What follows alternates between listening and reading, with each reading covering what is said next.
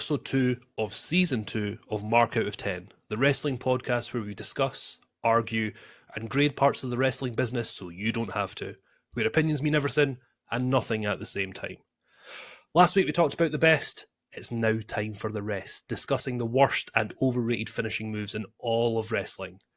First up, I am your Bonnie host with a side of tartan flare shields, and my friend and co-host, the man who women want to be with and men want to DDT, the wrestling genius who uses his head with no sign of defecation anywhere, the housewife's favourite heel, Hoxie. How we doing, Hoxie? I was not expecting that. That was hot off the press. That's a deep cut. That's quick.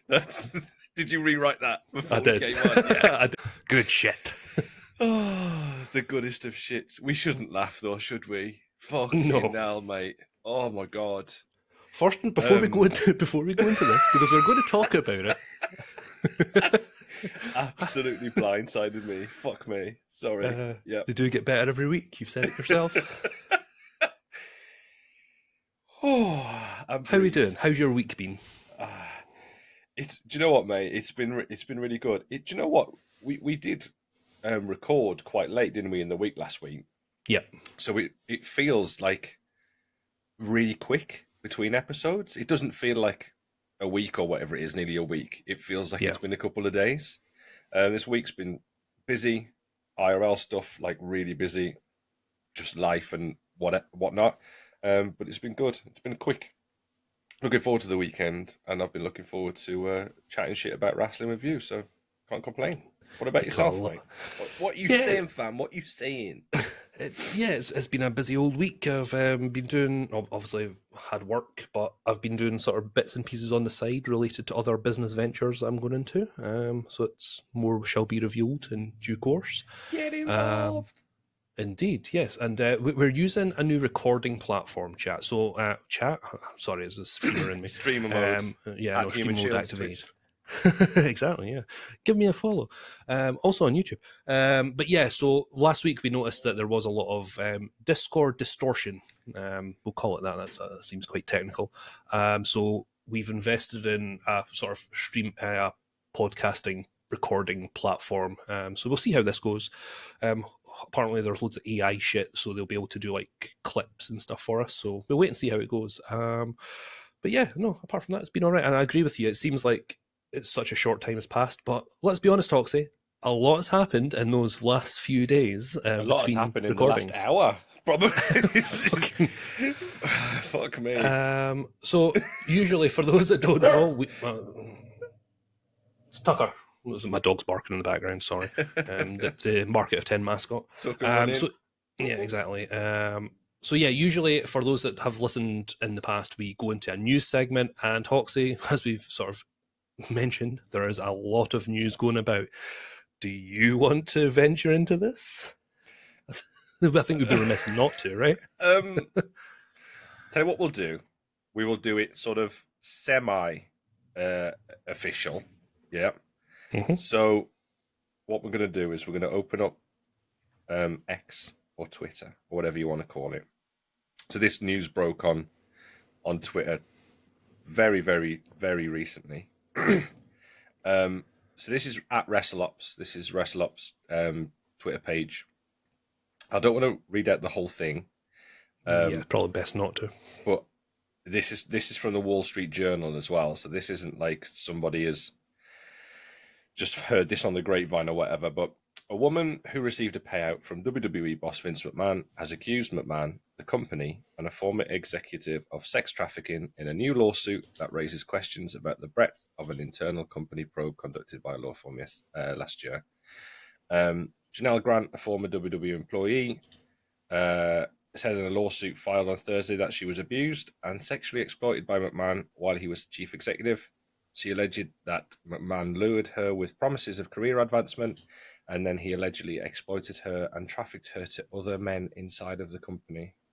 There's a lot of stuff that's come out. There's a lot of evidence and screenshots of messages that old Vinnie Mac has been passing around the gaff. of some of the stuff that was going on, and it's way too explicit to be talking Yeah, about it's on very here. explicit of nature. Yeah, absolutely. Massively explicit. This is apparently the court record, the legal record, the lawsuit has been like released in full. So there's like 60 odd pages of this lawsuit apparently, and it goes into detail, quite a lot of detail, with some other people named. Johnny Laurinaitis is alleged in there as well, and also Brock Lesnar is alleged in there, or allegedly alleged in there as well. Mm-hmm. There is some mad shit going on. I like I what, an hour ago I messaged you Yep. about this. Mm-hmm. That I first seen it and had a quick look of stuff that's going on, and it's just insane. Like, it's insane. We all know Vince is a wrong un. Like, we've known that for a while, right? There's a lot of stuff. He's already got himself into trouble with like cover-ups and money and all this sort of stuff. We know this stuff is happening, is allegedly happening. It is happening. Whatever. Um, but this is just like a whole nother layer, and to have quote unquote alleged evidence with like obviously messages and screenshots and openly talking about this sort of stuff. And obviously this lady's come forward and gave a lot of evidence about this. And this was recent. This Mm-hmm. was 2021, 2022. 2020 at one point as well. That Yeah. was when Brock Lesnar was looking to get re-signed as well. It's yeah. She was, she and what she would do is allegedly part of the deal to get Brock to re-sign with the WWE. Like, it's just, there's so many layers to this stuff, so many layers, and obviously more will come out in the wash, but there's a lot come out already. This is just, I haven't even got my head around this yet, if you know, because like I said, it was literally an hour ago, and I'm just Yeah. looking in brief of like some of the stuff, what's going on. He's a piece of shit. They are a piece of shit. A lot of them. It's Yeah. ridiculous. Oh my I god. think I think it's the sort of seedy underbelly to wrestling, right? It's like, you hear all the stories about like the ring rats, like from years gone by, and then you just think that he's still in that mentality where, or he was still in that mentality where that was still an acceptable sort of practice. And this isn't just WWE. This is a sort of thing that's sort of rife in the business just now. I mean, obviously we had obviously the Vince stuff's been going on for like a year and a bit or whatever it is, and then more recently it was Chris Jericho with the Kylie Ray situation. It's just it's it leaves a sort of bad taste in your mouth a little bit, and there's no pun intended there. It's like it's just not nice, and unfortunately shit does stick. That's the worst thing. And I don't know if you noticed as well, this could actually come back to like Triple H and Steph as well, because they were part of the special investigative committee that were supposed to be looking into the allegations. So is it a case of a massive cover up? I mean, again, it's all allegedly, and it'll all come out in the wash, but it doesn't look good. And Steph left, didn't she, when he came back? Yeah. Very Yep. quickly. Very, very quickly. Mm-hmm. So I'm not like reading between the lines or what you mean, whatever. That's not like sort of the point that I'm trying to make, but there's got to be something to that as well. They went through that process, they done what they needed to do, and then he went away, and then he came back and she was like, I'm done. I'm out. Like, you've got to sort of look at that as a bit of a moment in time, haven't you, really? Like, Yeah. she's obviously stuck with him, like, you know what I mean, all the way through, but at the end of the day, like, if she knows what actually is happening and what's going on, it's not the best thing, right? So in the lawsuit itself, so this is a direct quote from the lawsuit, investigating the alleged misconduct and appointing Stephanie McMahon as an interim CEO and interim chairwoman. In this capacity, Ms. McMahon publicly affirmed her commitment to doing everything in her power to help the special committee complete its work and to implement its findings. She also declared the importance of a safe and collaborative workplace. Notwithstanding this public statement, the investigation was a sham. In November 2022, WWE touted the conclusion of the special committee investigation into the misconduct, yet the special committee never even bothered to interview the person, her name's out there anyway, but as Ms. Grant, or request any documents despite Ms. Grant stating that she would cooperate. So this is the official lawsuit that's getting brought forward just now, and the fact is that the victim, the alleged victim, was never interviewed at any point, and she was what I want to make that very clear. She was one of the people that was paid off by Vince. So, it's like her name was known. She should have been part of the overall investigation. So it just goes to show: was there any significant investigation into it? We'll never know. It's something that we will never get to the bottom of. But it's a very, very, it's just not very nice, right? And that's an understatement, unfortunately. Yeah, it's when you, because I don't want to read any of the messages or anything at all. Like, I don't want to go anywhere near that on here. But if you sort of not like seek them out, but if you come across this, it's public knowledge. It's out there. You know what I mean? It's absolutely it's in the public domain. Mm-hmm.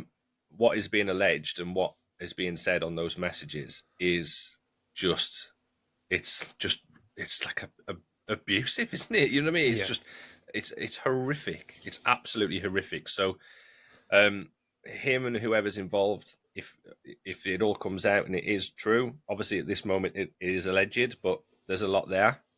There's no smoke without fire in a lot of these cases. Yeah. If what's going on has gone on, like throw the book at him, throw the fucking book at him. 100%. Yeah, it's crazy. It's just mad, like how he's been able to get away with it for so long. You know why? Because he's in this ultimate position of power. Yeah, he thinks he is. He has been for such a long time. He thinks he's invincible. It's it catches up with him, man. And he's what, nearly 80 now. Like this kind of, he's he's already in bad health. He already looks in a bad way. Like no wonder. So this could fucking finish him off. You know what I mean? It's like exactly. It's a whole new level to this. Like paying somebody off from what happened back in the 80s for some stuff that might or might not have happened or whatever. And just all this stuff, whatever. But this is like full on stuff. And yeah, it needs to. So what do you think TKO are thinking just now? They're just kick him to the curb. They don't want anything to do. They won't want anything to do with this. They probably knew this was coming. So it's potentially why they got The Rock's name all involved in what's happening. PR a bit piece. Of like good PR and a bit of good publicity. Potentially, I don't know. This won't have obviously blindsided them today. You know what I mean? They would have known what was going on. So it's just if they know what's. They're clever enough, they're shrewd enough to know the situation here. They'll just boot him down the line, basically. Yeah. I know he got in that position where he could have his shares and all that sort of stuff. Like he'll default on that now because of the legal ramifications of what's going on. So he won't be able to do that. So did they know it was coming then? Did they? You know what I mean? There's lots and lots and lots of layers to this. This is like some mad corporate shit, like Wolf of Wall Street stuff. You know what I mean? Potentially, but at the end of the day, the bottom line is that they will have nothing to do with him. TKO will carry on as long as it doesn't start. It will sort of affect business to a certain degree, but it won't because it's not his name anymore. Mm-hmm. But I think they'll just drop him out and try and save face and move along with it. There's bigger things that have happened to businesses and they've carried on, if you know what I mean. And I think they've put themselves in a good position by buying him out and becoming the quote unquote owners or whatever. Then they're in more control of the situation, aren't they? 100%. Yeah, it's nasty underbelly of wrestling, the business we love. It's not nice. But as we said, there's a lot of big news that's happened, so we had to mention that because it was such a massive one. Like I say, break in the last hour or so. But let's move on to that. There'll be a lot will come out over the next few days and the next week or whatever. So I'm pretty sure we'll pick this back up if anything juicy comes out. So 100%. That's what it's all about. So yeah, we're more than just a rating things out of 10, guys. We love wrestling. We keep our fingers on the pulse of the wrestling business. So I'd like to say so. Let's go into some more positive news. Probably before this sort of breaking news in the last hour or so, I would say the other sort of breaking news in terms of wrestling, again, it's WWE related, is the WWE deal with Netflix, and the fact that WWE Raw, who has what's been on TV for 31 years, 32 years, something like that, is now going to be shown exclusively on Netflix from next year in 2025. That's massive. Huge. Huge. I've been talking about this for a long time. Like, every time the conversation comes up about different networks and, oh, yeah, ESPN going to get it, or CBS, or what, all this bullshit, like, it's a sleeping giant. It's either Amazon or Netflix waiting to take this on board. Is obviously you know Amazon very well. The way that they could work this is amazing, and Netflix have got involved and got there first, basically. I saw some like stats and figures and stuff the other day about like households, quote unquote households, or subscribers in America. They've got 10 million more than any other network. Like in terms of like in terms of households, it's like 80 million or something, 80 million subscribers to Netflix, and the next one, like in terms of a TV network, is like 70 or 69 million or something. Yeah. So they've got 10 million more households Netflix is in, and then obviously it's worldwide. You don't have to have a syndication anymore. Obviously, there's different Netflixes, like obviously Netflix Europe or UK, whatever, but it's still Netflix. The amount of devices, like whether it's laptops, whether it's iPads, whether it's phones, whether it's fucking hell, like TVs, or gaming consoles, like PCs, whatever. Everywhere that you can get access to the internet will give you access to a WWE product. I heard that it was a third more than what they got from their last TV deal, and their last TV deal was it $6 billion? I think so, yeah. But I think the figure I heard was $5 billion, but it's over 10 years. So it's a 10-year deal they've done with Netflix. Okay.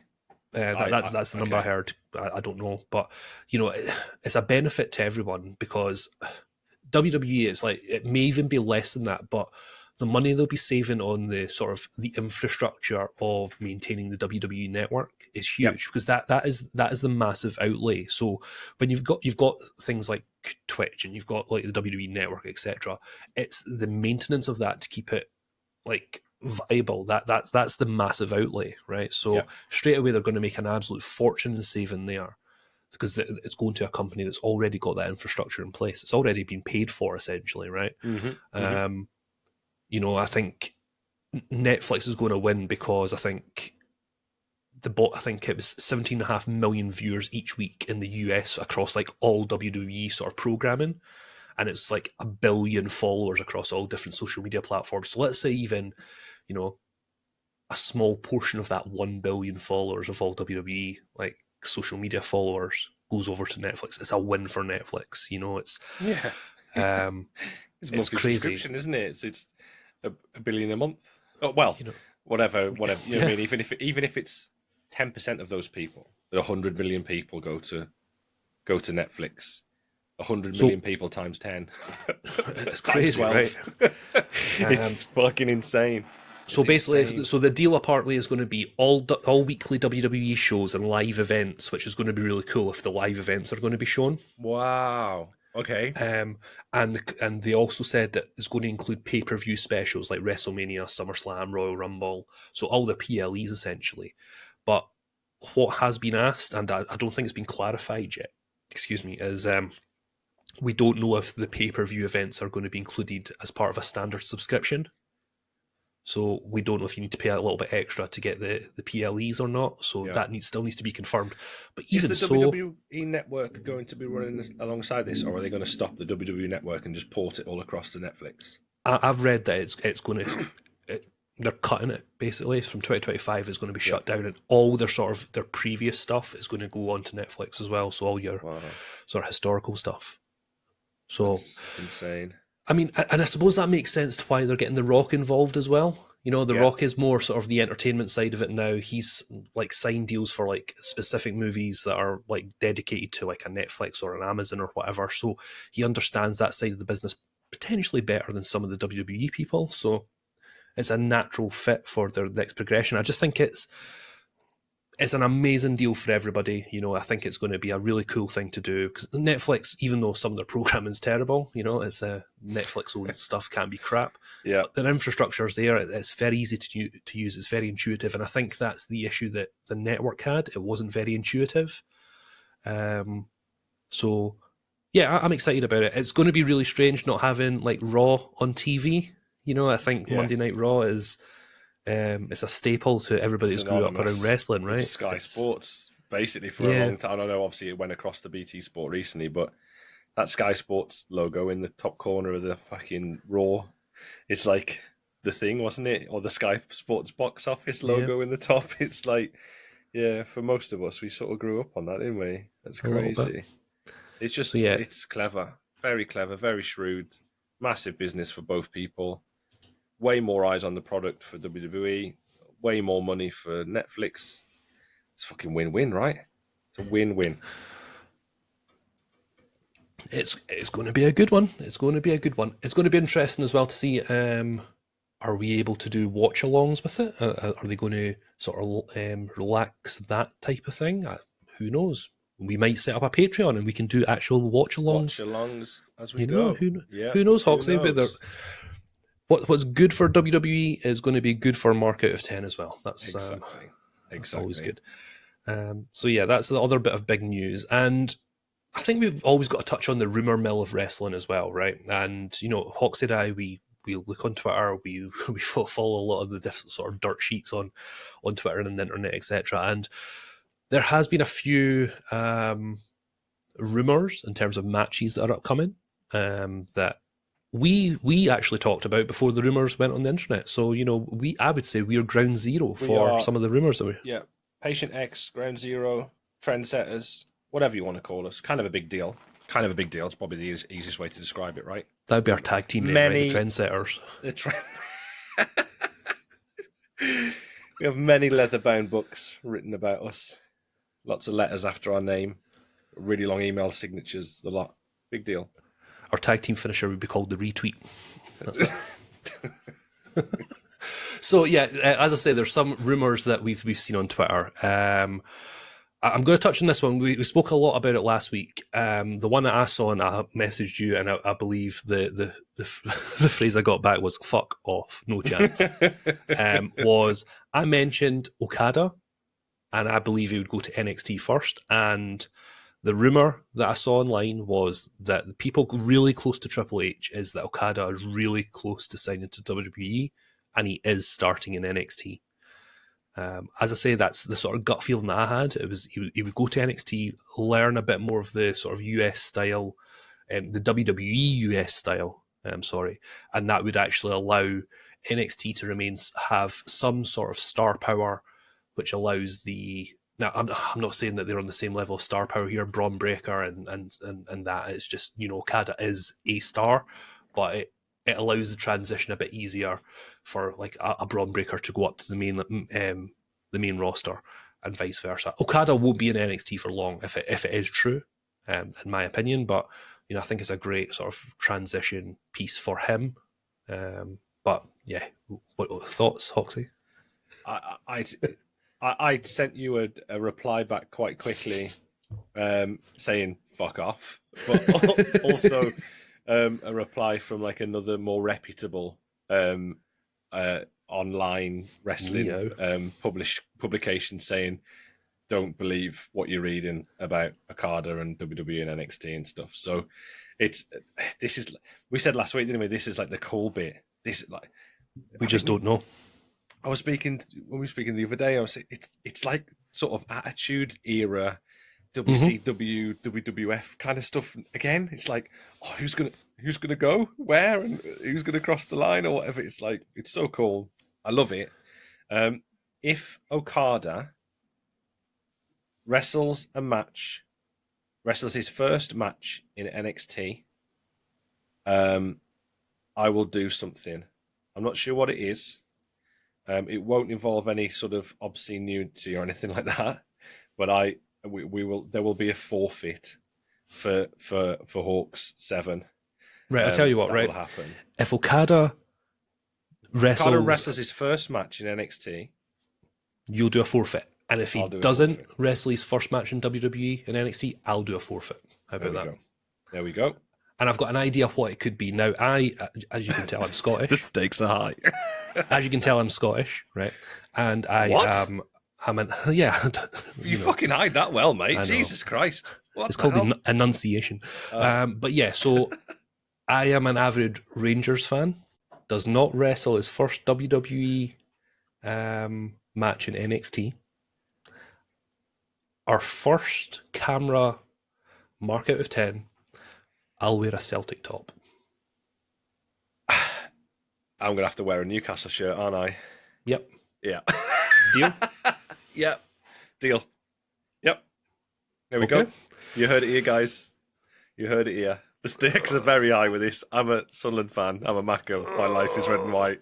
There is no chance I can put a fucking black and white shirt on. Okada, if you fuck me over on this, I will never be your fan again. Triple H, I'm going to shit in your head if you don't. Okay, so yeah, so that's the Okada piece. It's a new definition for good shit, right? It really fucking is. Oh. So yeah, so Okada, so we've touched upon that. But again, other things that we've seen online is another proposed match is Gunther versus Seth. I mentioned that last week. I think we both did. Fucking take my money. I think that'll be an amazing match if that happens. Yep. It'll be absolutely insane. I kind of don't want it though, because I know what Really? I want. Yeah, like if it happens, I'm not going to complain. Yeah, but I kind of don't want that. That's we. Do you know we were saying like we were saying last week? Depending on what happens is like where the puzzle pieces will fit. Yeah, I think the fact that this has been spoken about or being spoke about is the fact that it's going to be the Rock and Reigns. Yeah. So whatever plans Cody and Punk had have been changed now because it is definitely going to be Rock and Reigns. Yeah, absolutely, and that sort of lends it to me. So Rock and Reigns, I think, is confirmed with these matches. If these rumors are true, because it's Gunther versus Seth, and it's also Punk versus Cody, right? So that would indicate that it's Rock versus Reigns is sort of confirmed, right? And you know that's fine. It's a great sort of. Is it a final end to like head of the table, tribal chief type thing? It's probably not the end of the tribal chief, but I think it's probably the final nail in the coffin of that particular long-term storytelling, which has been cool, right? I've really enjoyed it. But with Punk versus Cody, this is it. Now, you know my thoughts on Cody. I know your thoughts on Cody, right? Does this mean that is Cody destined to never win it, right? If you just think about it, if we talk about the big promotions, right? He won ROH, the Ring of Honor world title, but you know, he didn't win his world title shot in TNA and Impact Wrestling. He didn't win it in AEW. I think they've taken, honestly, and I've said this, and all joking aside on my opinions that Cody's matter, I don't see him winning it in WWE. And if he did, do you think, in my opinion, there's been too much time's passed, and will anybody actually care if he wins it? You know what I mean? It's like, and we've had this discussion on air and off air. Mm-hmm. I think it's a year too late. Like from now, it's like if they go another year, people are just going to be, I don't care. You know, it's like they can't keep on going on with this. Oh, I've got to finish the story. I mean, I don't know. Like I think how long's the fucking story? Exactly. You know what I mean? And fucking Moby Dick. Like, you know, I've got my strong feelings about Cody Rhodes. I don't think he is the be all and end all. I don't think he's the top guy. That, in my opinion, right, and rightly or wrongly. But you know, if he had won it last year, I would have said, "Do I know something?" Yeah, cool, fair enough. That makes sense in terms of storytelling, right? And they should have pulled the trigger, but they didn't. And I just think right now, I don't care. In a year's time, it's going to be even worse. And I think you're sort of diehard Cody fans like yourself. I think, and I don't want to put words in your mouth. I think by that time, this time next year, for you, if he hasn't won it, The I bloom think will you'll be be pissed off. the bloom will be off the rose if this WrestleMania isn't like something good.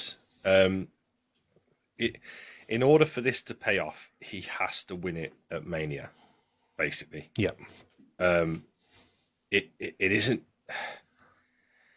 and it's by the looks, like I said, the only way they're going to be able to work it is if they do if they have a match, like 2 matches on each night. It's the only way they're going to be able to do it, because it looks like it's going to be set for, because it's been fucking Punk and Rollins since he come back. Mm-hmm. That's the trajectory they went. Yep. And now, last night, Monday night or whatever, you've got fucking Gunther in there with Rollins having a bit of shit, and then you've got Cody and Punk getting face to face. It's like, whoa, okay, you can see what's going to happen here. Like they've been on this ideal trajectory for all this stuff, and then what? When's Mania? It's fucking 6th of April, 7th of April. So, fucking hell, whatever, 7 weeks away, Yeah. whatever it is. Like they thought, shit, we need to do something now, because The Rock probably turned around on Sunday and went, yeah, I'm on the board now, so Yeah. let's make some money. You know what I mean? And that's literally what it boils down to. That literally what it looks like has happened straight away. You've gone from these are the plans to plans change, pal, and let's just weave this around a little bit. And I want Rollins and Punk to have a match, because I think it'll be brilliant. I messaged you yesterday. Cody and Punk is the biggest match in AEW history, which is true. And it's at Mania, which is hilarious, and it's gonna be Punk and Reigns, right? Rock and Reigns. So, like, I mean, as a WrestleMania goes, like, that's pretty sick, but it's not necessarily the way that I would have wanted it. And they had the opportunity, and I've said this, I'll say this again, till the fucking cows come home. They could have made Cody Rhodes the guy at WrestleMania 39. Yep. Instead, they didn't. He's just one of, like, he's a guy, not the guy. Yeah. And I agree with what you're saying. If they don't do anything this year and they'll push it to next year, it'll just be. It's like, realistically, with the names like they've got, you know, in terms of Punk and Cody, Gunther and Steph, I fucking right, and Seth. It's like they can't even split it in terms of having a storyline where it's going to be Punk and Cody night 1, Rock and Reigns night 1, and then it goes on to night 2 where it's going to be Cody and Reigns night 2. It just doesn't fit, because can you imagine The Rock, for all the best will in the world, and The Rock likes loves the business, he's not going to play understudy to that. He's not going to. I don't believe he'll want that. He'll want the marquee match on the second night, right? It's because for best will in the world, right? You say night 1 and night 2 of WrestleMania, you don't want to be main event in night 1, right? That's essentially the mid card of like WrestleMania. You know, like, you want to go off the air, yeah. Yeah, You want to be the last match at Mania, yeah. I don't know. We'll wait and see. Obviously, this is all rumors that we've seen online. We'll wait and see. It's going to be really, really interesting. Could it be a swerve? Could it be a curveball? You know, WWE like a swerve, bro. So it could be one of them. We don't know, but it's interesting, really interesting. What about a 6-man elimination chamber at WrestleMania? Punk versus Cody versus Gunther versus Seth versus Rock versus Reigns. Book it! I don't see Brock coming back with what's just happened today. So yeah, it's going to be interesting to see the Rumble. I still reckon it'll be a surprise entrance in the Rumble, but well, that's what I thought before today. But we'll wait and see. Interesting, right? Absolutely, and I think that sort of sums up the news that's happened over the last, well, it's not even a full week yet since we last spoke, Hoxie. No. So this goes out to everybody here listening. If you have your own opinions on what's happening in the WWE saga at the moment, make sure you email us, wrestlemark10@gmail.com, or you can tweet us at mark_out of10. Thank you to everybody that commented on our YouTube channel as well. Last week's episode, that's probably our biggest episode on YouTube, I think it is. So thank you so much for that. comment in there. Let us know what you think in terms of the news. If you hear anything in the grapevine in terms of wrestling that you want us to discuss in the next episode, again, email us or tweet us as well. Yeah, I think that's the news. So we are now going to go on to why you're all here. The reason everybody tunes into Mark Out of 10 is to listen to the list that me and Hoxie formulate of a particular thing in wrestling. Last week we talked about our top 10 finishers, which were very, very similar, Hoxie, throughout all of wrestling. Very similar, yeah. Yeah. And we thought it was only prudent to do our top 10 worst finishers, overrated finishers, just that sort of collective. So the other side of the coin, the other end of the stick, and any other cliche that you can think of. So yes, top 10 worst finishers in wrestling. And I'm going to be honest with you, I found this really, really interesting. I think I've got 10 joint firsts, to be perfectly honest.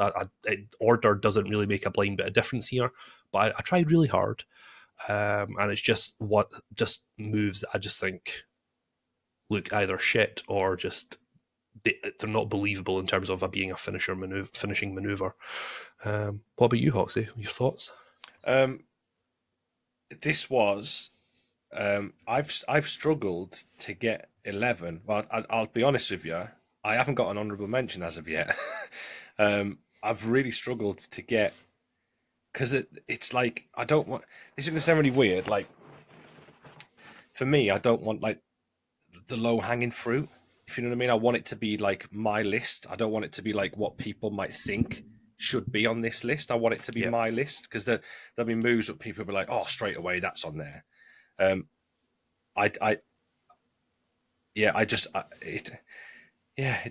This is, I say it every fucking week, but this has been for a very different reason. It's been for a very different reason.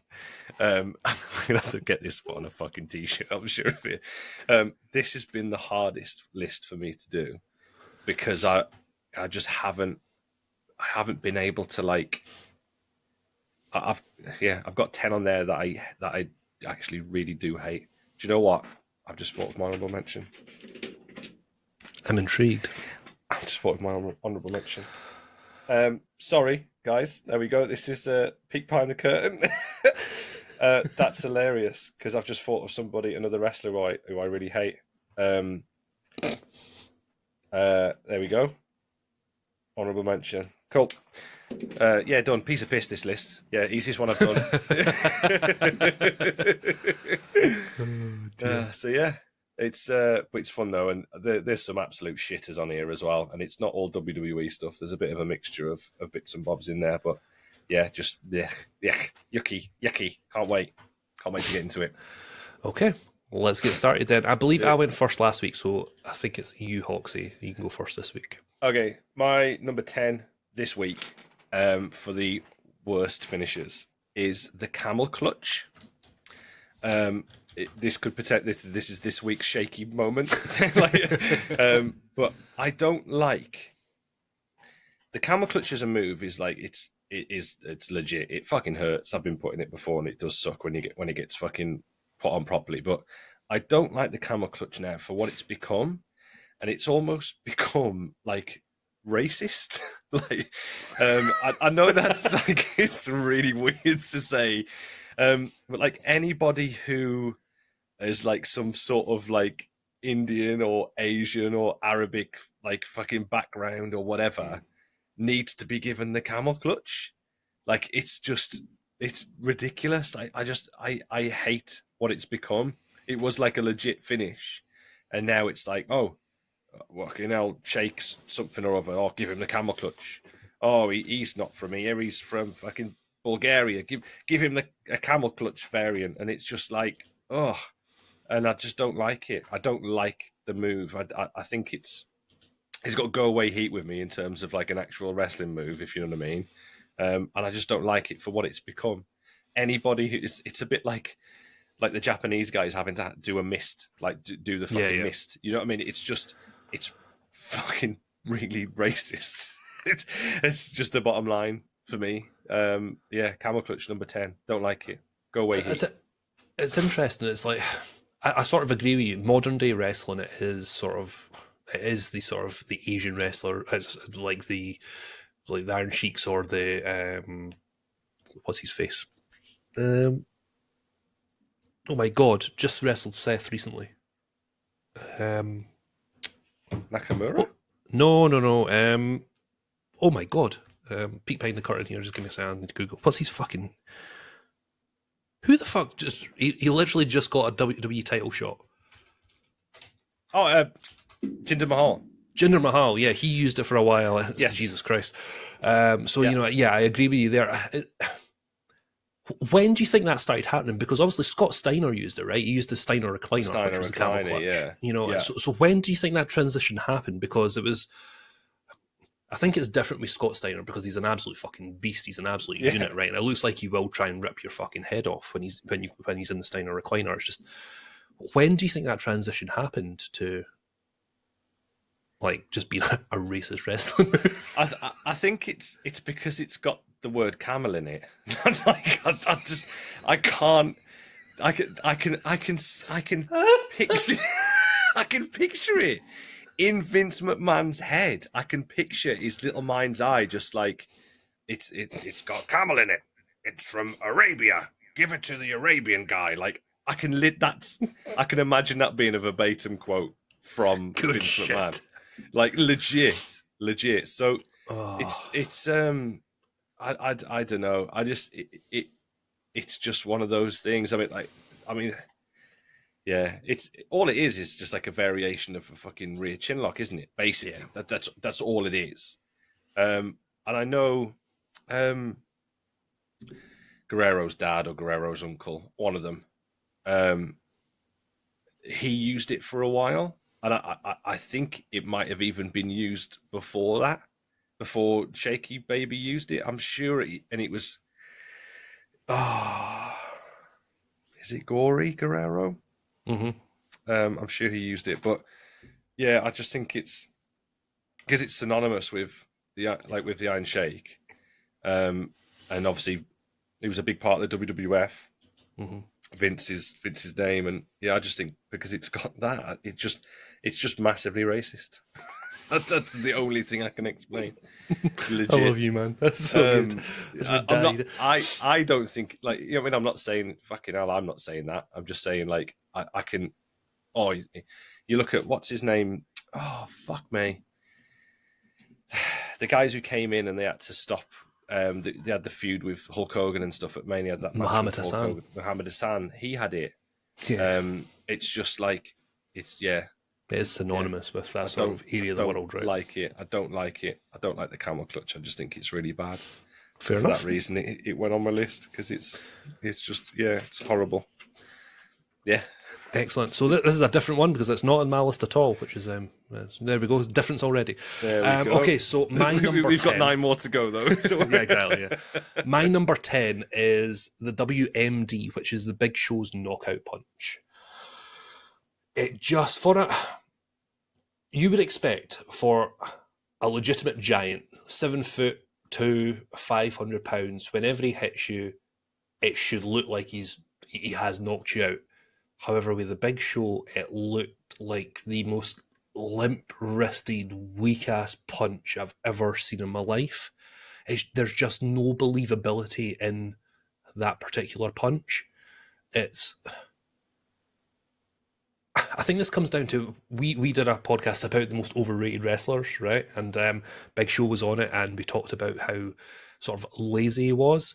I think this is the sort of lazy cherry on the cake that is Big Show. You know, it's one of the laziest finishers that he could do. He could do anything in terms of picking up any other big motherfucker in the ring, throw them about like a rag doll, but he throws a right hand that looks like shit. So for me, that's why it's on my list. It's that believability feature. It's just, you know, you see people punching. You know, like Taker had a really good strike. Jerry Lawler could strike. You know, and One of the greatest punches in the history of wrestling, Jerry Lawler. Exactly. Yeah. And then you watch that weapon of mass destruction bullshit. It's awful. So yeah, the Big Show punch for me is in my number 10. Do you know what, mate? That didn't even cross my mind, but now you've brought it to my attention. Yes, just like all of the yes. Yeah. Shit. Just dog shit. Terrible. Oh, I'm just gonna punch someone. Okay. Boring. Shit. Yeah. The thing Yep. is, though, Can't right? complain It with that. should work. It should work as a finisher for him, right? Because he is a legitimate fucking big guy, right? There's no getting around He used that. to And be a boxer, didn't he? yeah, He was a boxer back in the day, right? well, that's it. Yeah, I mean, Mm. but y- throw the hand. Just fucking throw it. Don't. It's Lay just it yeah. in, pal. It just looks terrible, and yeah, it's just fucking terrible. Yeah, so that's my number 10. Weapon of Mass Destruction, WMD, the Big Show, knockout punch. Fuck off, Big Yep. Show. Yep. My number 9 is it's called the Starship Pain. It's from John Morrison, and it's the split-legged corkscrew moonsault. Now, that in itself, the move looks cool as shit. His version, I think, out of the hundreds that we've seen him hit, he's maybe hit 3 properly. You Okay. know, there is Okay. like Okay. Okay. when you want a finishing maneuver, right? You want it to be impactful, to believe that the person cannot kick out at 3. And for me, 97% of those fucking Starship Pains did not connect and should never have been a 3 count. So that's my justification for it. It looks cool as shit, right? The athleticism for that, like if I can't even fucking jump to the top rope. Never mind fucking do a fucking twisty somersault after it. It's like there's no shot. My legs would explode, right? So I cannot comprehend the athleticism required. But if you're going to use it as a finisher, fucking hit the move. Don't miss. So I don't. Obviously, I'm not a wrestler, so this is to you. Why when they miss, whose error is that? Is it the person that's hitting the move, or is it the person that's getting the move hit on them? Is it their positioning's wrong? It I it don't know. it can just be it can be one or the other or a mixture of both, mate. Like it doesn't necessarily mean it's like one person's fault. Um, Right. it's plain to see when it's one person's fault, if you know what I Yeah. mean. But like if he doesn't sort of rotate enough, it's on him. If the guy's too far away or too close, then it's on him. Yep. And obviously, if it's a mixture of both, it's on both of you, basically. So it's that's a hard question to answer because Okay. there's lots of variables in that. But I'm looking like as you're talking, I've got like a little bit of a compilation of the Starship Pains up, and from Mm-hmm. 2009 to 2011, I'm a minute and a half through it, and he's probably hit 3 good ones out of about 20. So I can 100%. He's just done a good one on Kane there. I think a lot of the times he misses Kane's like them. 7 foot. He can't fucking miss him. It's like A know what lot I of the mean. ones that he's missing are the guys are too close to the corner. So it's yeah. Sometimes he lands on their side, and sometimes they're too close to him. The ones when they're a little bit further away are really good. He just hit a good one on Jericho, looked like he fucking killed him. So and a good one on Punk as well. So yeah, The okay, thing I got yeah, with John Morrison, a lot of it was like style over substance. It looks cool as shit, but it does nothing for believability for me. And it's all about it's a suspended like the disbelief type thing. It's like yeah, you've and for me, he just didn't do that consistently enough, and yeah, that's why it's probably it's not my favorite finisher at all. So yeah, Starship Pain, my number 9, Hoxie. cool. Like, Over to you. well, I was shocked when you first said it, but now I've heard your justification. I can kind of buy into what you're saying. But it's a cool fucking move. Yeah, It's cool as absolutely, fuck 100%. when done right. So yeah, I get behind what you're saying. Okay, my number 9, straight in, no messing, is the Cobra by Santino Marella. Um, I like wrestling because I like the sport of wrestling. Um, I know wrestling is like the circus. There's the trapeze act, there's the lion tamer, there's the clown, there's all this sort of stuff. But the fucking Cobra by Santino Marella, when it was big, when it was whatever it was 10 years ago, whatever. Oh, I'm gonna sound like a cool kid now, mate. It gives me the ick. It gives me the ick now thinking about it and talking about it. It's just shit, shit, shit, shit, shit, shit, shit. I don't know if you can tell. I won't sit on the fence any longer, but I fucking hate this move so much. Yep. Like, it's just, oh, when he started getting the snake, the actual snake fucking like sock puppet thing out to put on his hand before he would do it, and just shit, and the way people had to Yep. sell there for a fucking 3 count for this, what a maneuver. It's just shit. I can't really add any much more than that. This is gonna be a really quick one for me. It's just shit, horrible, human It's dog shit. it's on my list later. Yeah. So I'll go through that. That's absolutely fine. It's interesting talking about. Again, I'm playing devil's advocate here, right? Uh-huh. You talked about the snake sort going on. Why No, is no, no, no, no, no. I know no, exactly no? what You you're know, going to you know where say. I'm Yeah, going to yeah, go, right? yeah, No, yeah. no, no. I agree with you, right? Because it is on my list, and it's much higher on my list of fucking terrible finishers, right? The Yeah. Cobra is on there. Where, and this is for people maybe not that don't watch a lot of wrestling. Why is that different? And why is that human dog shit, right? Compared to Mr. Socko from Mick Foley. So the Cobra is basically, I'm I'm doing it now. God, if this was getting filmed, I look like an absolute knobhead. Um, all it is like you're pecking your fingers into someone's Yep. face. It's like a shit punch with your fingertips. It's dreadful. The mandible claw, which is what Mick Mm. Foley, Mankind, whoever does when he gets the Socko on, the mandible claw is a legit nerve Yep. hold. Like, it's a shoot hold. Getting pecked by someone's fucking fingers in and around the area of the chin, neck, and chest is bullshit. If he was to like put the sock on and like lay somebody out, like hit someone with a fucking lariat or something, it'd be like, oh, okay, you know what I mean, like the fucking the Cobra, like, Yep. or a whatever a version of the Cobra clutch or some bullshit like that, whatever. I don't know. It might be different because it's like a legit hold. Um, the mandible claw, the Socko is just it's a shoot hold Yep. with theatrics basically, which is what most wrestling moves are anyway, and what Mm-hmm. wrestling finishes are. So the difference is the actual substance of it. There's still style there. There's still sizzle. First Um, one of season two, there you people. It's go. first There one of you season two. go.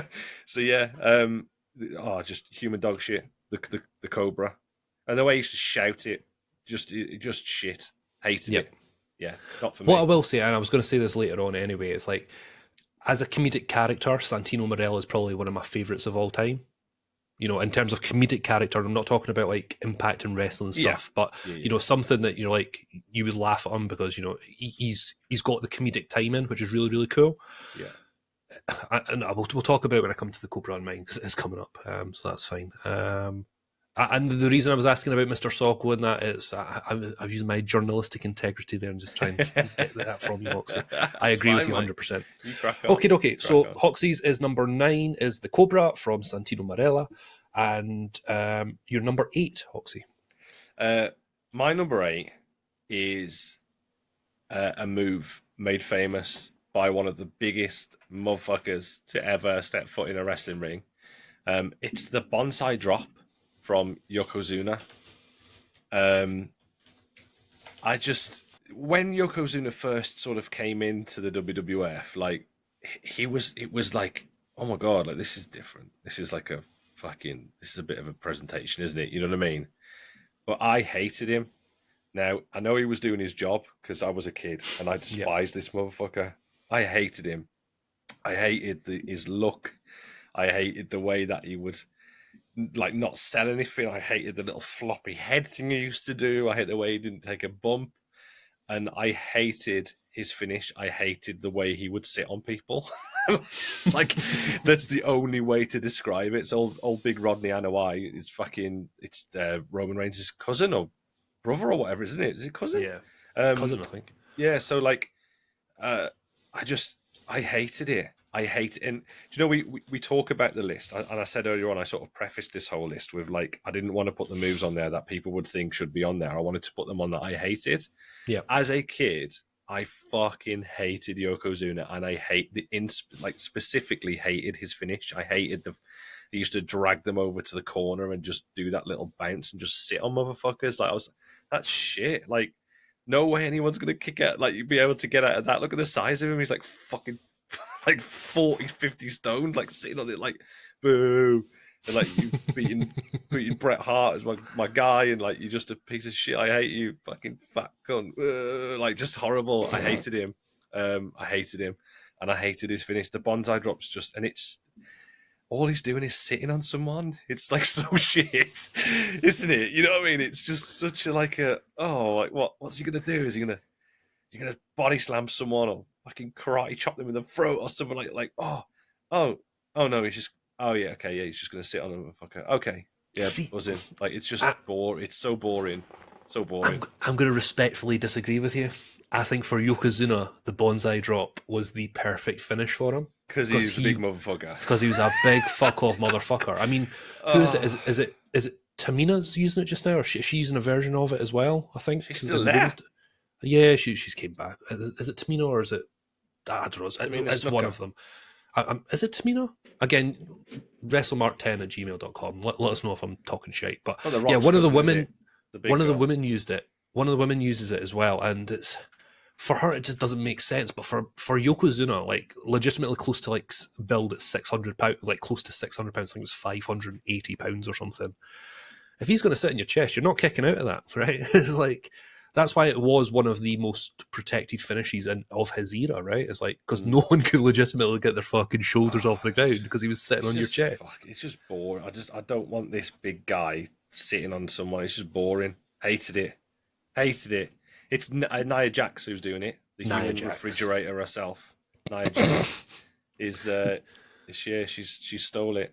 If there's anyone who could pull it off, it's probably Nia Jax, right? Yeah. Bonsai drop, yeah. That's probably the first time in a long time that I disagree with you in terms of putting something on your list, Hoxie. I think for Yokozuna, I think it was a great finish for him. Definitely not my favourite, but like you say, he did his job, right? You fucking hated him. And it's the way him and it makes me feel. That's it. That's what wrestling's about. Just when he just cross his arms, just be a dick. Just a dick. Just I hated it. It's still real. Still gets me. Still real to me, damn it. It is, man. Ugh. See, this is the difference though. The other two you said like it had like go away heat. This wasn't go away heat for you. This was actual heel heat. Real heat. Yeah. You know what I mean? So that's the difference. Yeah. Definitely. Yeah. But just not for me. Yeah. Okay. Hoxie's number 8 was Bonsai Drop from the late great Yokozuna. My number 8, and that I don't think this is going to go down well with probably you and probably the rest of the listeners. For me, it was a nothing move, but it was arguably the biggest star in wrestling in its golden era, and it was the atomic leg drop from Hulk Hogan. I just felt very similar to like Big Show's WMD punch. Hulk Hogan, I don't know what the move should have been, but for me, I always felt it should have been something more than a leg drop. I mean, his whole thing was having the 24-inch pythons, these arms, and then he dropped a leg on someone. You know, it just didn't correlate. It didn't, for me, it just didn't work. So yeah, I just don't like the finish. I think it's, obviously he won significant amount of matches with that fucking, that particular move. But for me, it's a move that I just don't like. I just think it just feels like a throwaway move. I really can't describe this. It was always going to be in my list, and wasn't going to be really, really high, the leg drop. But you know when you have an opinion on something, but you really can't justify it. It's just there because you just don't like it. There's no real reason behind it. It just doesn't wet your whistle. You know, it just doesn't light your candle in any other cliche you can think of. But yeah, for me, I just for the amount he got it over, and he did. You know, once he hit the leg drop, he was never, no one was going to kick out of it. But I just felt it, for the star that Hulk Hogan was, I just felt he could have had something a bit more oomph than the leg drop. I don't know. Maybe I'm being harsh. You're going to be surprised. We're going to talk about that later. Oh wow! Well. Okay, fair enough. Fair dues. For a very similar reason. to what you're just discussing. So we'll pick that up in a bit. Excellent. Yeah. Okay, well, we'll Yep. move on then to my number Yep. 7 then, mate. This one, this was one that I was on and off my list, and it was actually interchanged with another one on my list, but that's not on my list, but probably should be. So this was number 7 for me is the scissor kick. So Booker T's scissor kick, for example. I just think that's amazing. This nearly, very, very, very, very nearly made it onto my list. I wasn't going to honourable mention it because I didn't think it was as important as that. But this very, very nearly made it on my list. That's very interesting. Go on. Sorry. Whenever you think of a wrestling move, and I mean you want to hear it, right? You want to hear the impact, like Sweet Chin Music that we talked about last week, right? You could hear the impact. The Stone Cold Stunner, you could hear the impact. Tombstone, you can hear the impact. With the scissor kick, it's nothing. You know, there's Booker T is forever the showman, right? Yeah. And he kicks someone in the stomach, they're bent over, and then he does like the little jumps, then does a few more jumps into the ropes to propel him forward to do the scissor kick. There's no way a kick in the stomach is going to keep you bent over double. Again, it's all this believability, right? You know, I think Punk was talking about it when John Cena was doing his 5-knuckle shuffle thing, you know? Well, why the hell am I not going to just kick you in the head when you're doing this? You know, for me, it's that same sort of mentality with the scissor kick.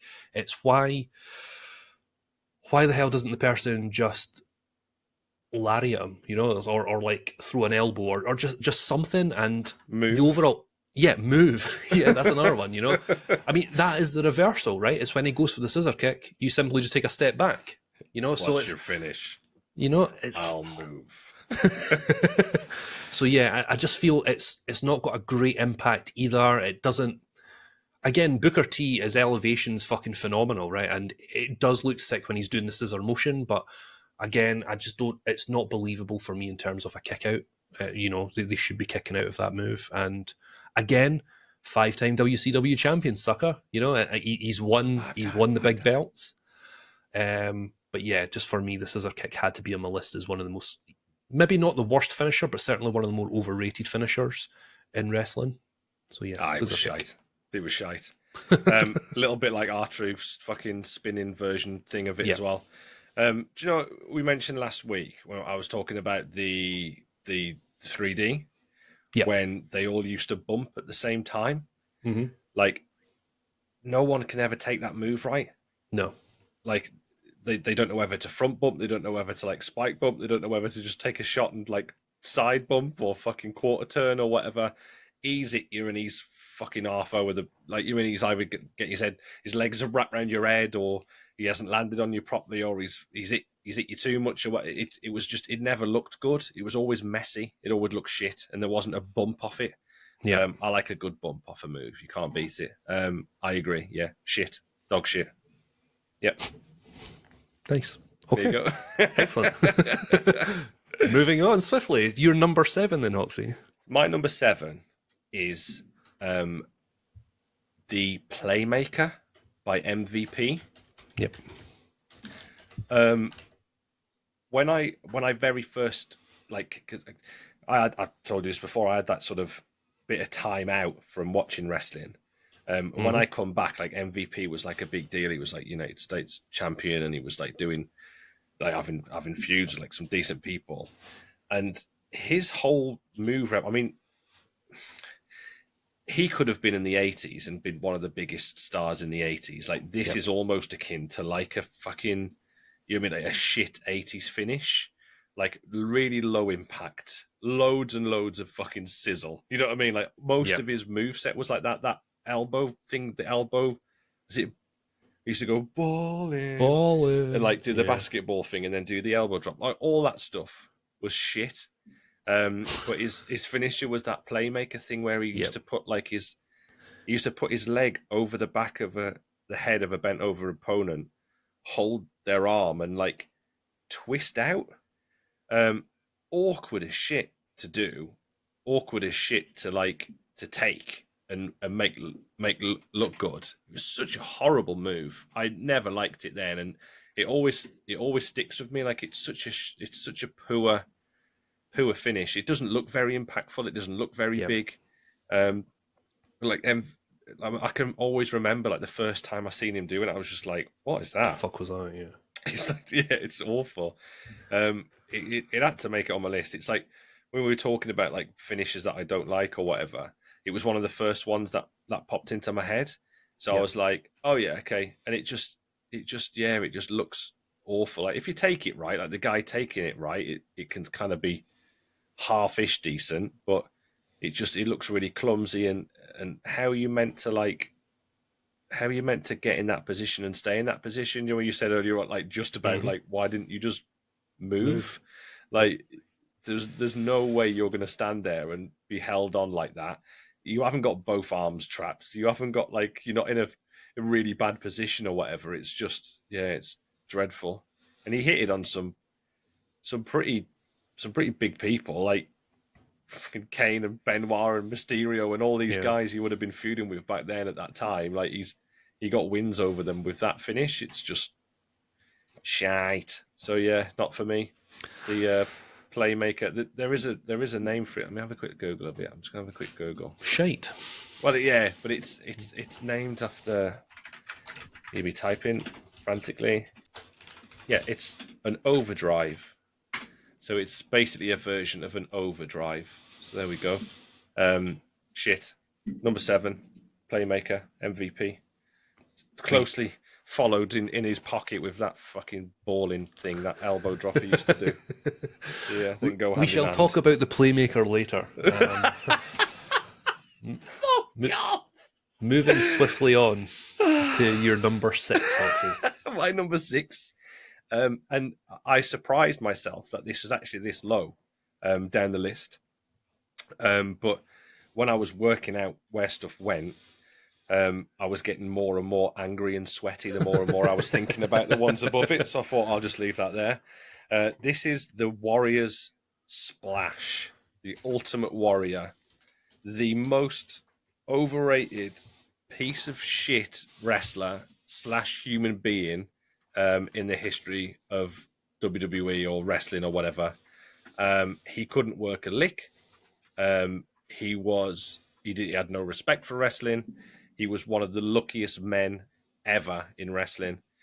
We've talked about sliding doors moments before with him and Sting, like the Dingo Warrior and Sting. Like one of them could have went to WWF, one of them could have went to WCW, and that was the choice that was made. Yep. He got there completely by his luck, and we there's no denying this guy was incredible. Greatest Native American gimmick in wrestling history, the Ultimate Warrior. Yep. You can't unsee it when you think about it. And all he did was basically spend 5 years falling onto people after being punched for 3 or 4 minutes, and his finish was a splash, which was just him falling on somebody. Absolutely dreadful finish. And probably the only reason they could give it him is because it's the only thing that he could do. Is probably like the bottom line of it. It was just an awful for him to beat that many people and to make that much money, being as least talented as he is, using that finish had to make it on my list. It's just awful. What I've been doing, it's quite funny. I've been watching like a compilation of these moves as I've been going through, just to keep my anger to a nice little peak.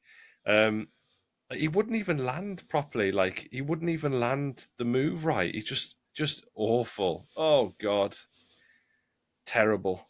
Terrible. Running across the ropes about 5 times before he'd done it. He was gassed out by the time he fucking got halfway across the ring. He's just hit one on Rick Rude there, and Rick Rude didn't sell it for shit, which is hilarious. and Ted DiBiase's done exactly the same thing. They're just lying there, and they've lay on their front as well. Oh, he's hitting it on fucking Andre the Giant there. That's crazy. Fucking hell, Andre. Crazy days. So yeah, Ultimate Warrior, number 6. The splash. Just dreadful move. He won the fucking WWE title off Hulk Hogan doing that piece of shit. Crazy days. We'll talk about the splash later on. There we go. Phenomenal. I knew it was going to be on your list. I'm happy it was. We get to talk about it twice and bury it twice. Yeah, piece of shit. Cool. Okay, your number 6, the Warrior Splash, makes perfect sense to me. My number 6 is the Samoan Spike, made famous by Umaga, late great Umaga, and it's currently being used by Solo Sikoa. At the moment, it's essentially they grab them by the head, they use their thumb, and then they prod them in the throat with it. Basically, it's the Cobra without the sock. That's essentially what we're doing here. I mean, to be fair, the finish matches Solo really well because he's just dull as dishwater, right? He's done nothing the time he spent with Roman Reigns in the Bloodline. So I'm going to just focus mainly on Umaga at the moment. I felt that it was it should never have been his finisher. He should have had something, just he was portrayed as an absolute unbeatable monster, right? And he was an unbeatable monster. But it was with that move, and it was like, damn squib. It was just like, ugh. It's about believability and stuff. It's like that could have been like a precursor move to something. I don't know. It's similar to the leg drop, right? It's something that there's just this potentially unjustifiable rage towards this move for me, and I just feel that Umaga was great. He was great for the time he was in. Like I say, he was this unbeatable monster, and I just feel that he was sort of let down with the moveset. And yeah, I don't know. I don't know what his move should have been. I don't know what the finish should have been. But he would have benefited from like a warrior splash, because he was a bigger boy. That's a bit more believable. A splash from the top rope when he wasn't Umaga, like he was doing the splash from the top rope. It's like, and I don't know. I mean, and then they try and force the move over by like making people cough up blood and stuff. It's just like, really? It's like, just nah. You basically prodded him in the throat. They might not be able to like eat soup for a while, but it's not going to knock them out for 3. I don't know. Just for me, it just wasn't a believable finish. It was just overrated, and no, it was one of the worst finishes. I just don't like it. Get in the bin. Fucking terrible. Well, I just googled it just to sort of refresh. I know what it is, and the top thing that comes up when you Google Samoan Spike is the Samoan Spike is the worst finishing move in WWE. Well, there you go. There you fucking go. Yeah, I couldn't even remember the Samoan Spike. That's how much I don't like it. It's just not even in my fucking register. It is shit, isn't it? It's really shit. Yeah. Ugh. Just get in the bin. A thumb to the neck. Oh my god, what I went over. Essentially it is the Cobra without the sock. Yeah. And this is going to sound really bad. I'm going to say it really closely to the mic as well. With less fingers. Ah, shit. Good shit. Moving on before we get sued. Okay. Right, so that's us got through our 10 to 6 in our worst finishers top 10. But we come to a section just now that we lovingly call the Royal Fumble.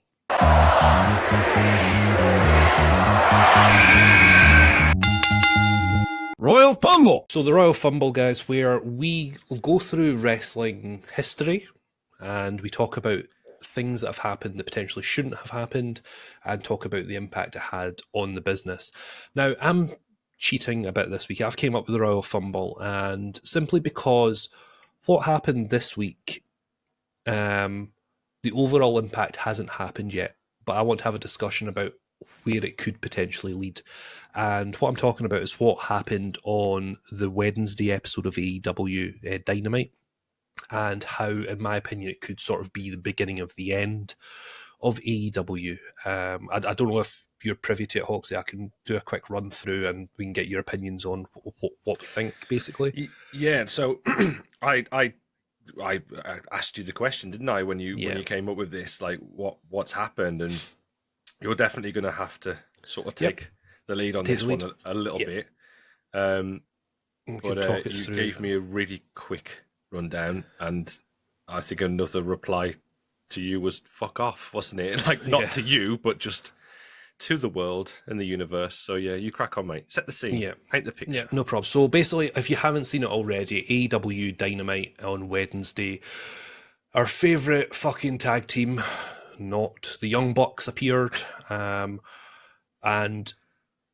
straight away they were essentially handed TV formats, so they basically the run of the show that they're producing, and then they started to read it out live on TV, and they were going through the certain matches, saying, "Oh, this match is going to be a banger. It's going to be great." They ran into random employees in the back and threatening to fine them, fire them, etc. So they're really playing up to the fact that they are executives behind the scene in AEW. This is just, in my opinion, it's just bullshit. It's sort of going back to the sort of the Vince Russo era of WCW, or even like TNA when Bischoff and Hogan went in. You know, they're sort of breaking down the walls a little bit so everybody can sort of peek behind the curtain. It's just not cool, you know. It's what's really, really shit as well is this would be fine if AEW were like smashing it, you know, in terms of their ratings, in terms of their ticket sales. You know, apparently this particular show that we're talking about only sold about just over 2,000 tickets for a live, you know, for a recording for their TV program, you know. So the crowd already was dead. There's no one there, you know. And what I really think is going to happen, and I think, as I said at the very beginning of the fumble, is do they want it to fail? Do they want it to go the same way as WCW? Are they just happy having like the inside jokes without the overall progression? And, you know, it's anytime a company's went down this route, your WCW, your TNA, they've never really came back from it in a way that's really mattered. You know, it's like TNA, with all best will in the world, they're nowhere near where they were like a decade ago. You know what I mean? It's like they went down this road and they've really struggled to come back from it. And I think this is the same way that AEW is going to go. I mean, the whole reading from a format, okay, it's like, yeah, everybody's smart to the business, everybody knows that it's like predetermined, etc. But at the same time, there's a history of we as wrestling fans don't want to be reminded as we're watching the program that it's predetermined.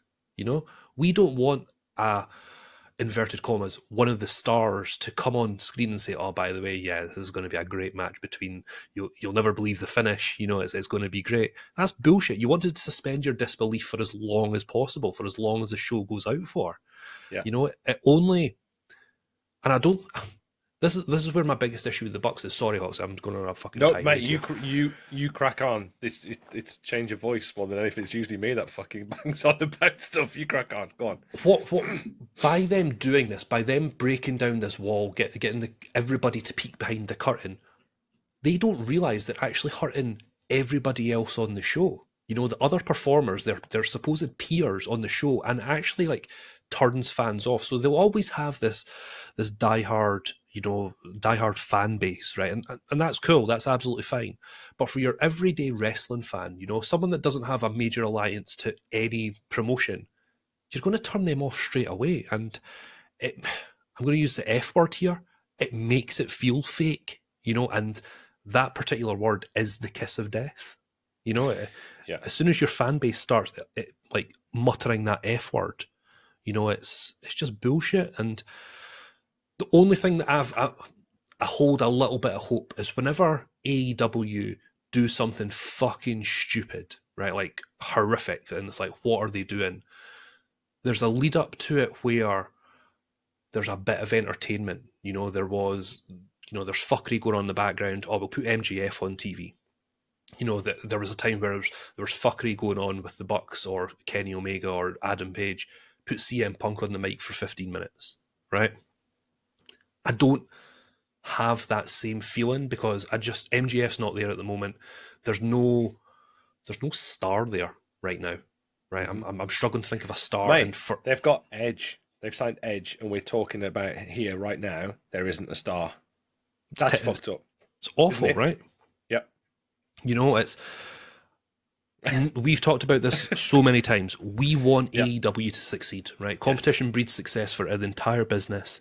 But for me, since AEW started in 2019, for me, it's the first time that I really believe that the company could die. And I'm not talking a long, slow death. I'm talking a really, really quick, what the fuck's going on? You know, the TV deals get ripped up. I've just got that horrible, horrible feeling that's going to happen.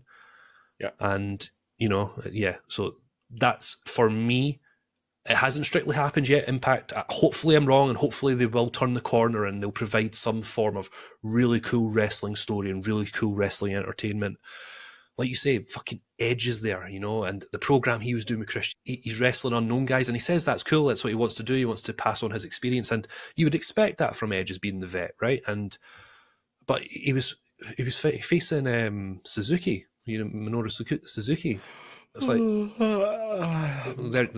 there you go. You know what I mean? It's like Yeah. it just defies belief. So yeah, I'm No, really really because worried that because AEW. Tony wants to see Edge versus Minoru Suzuki.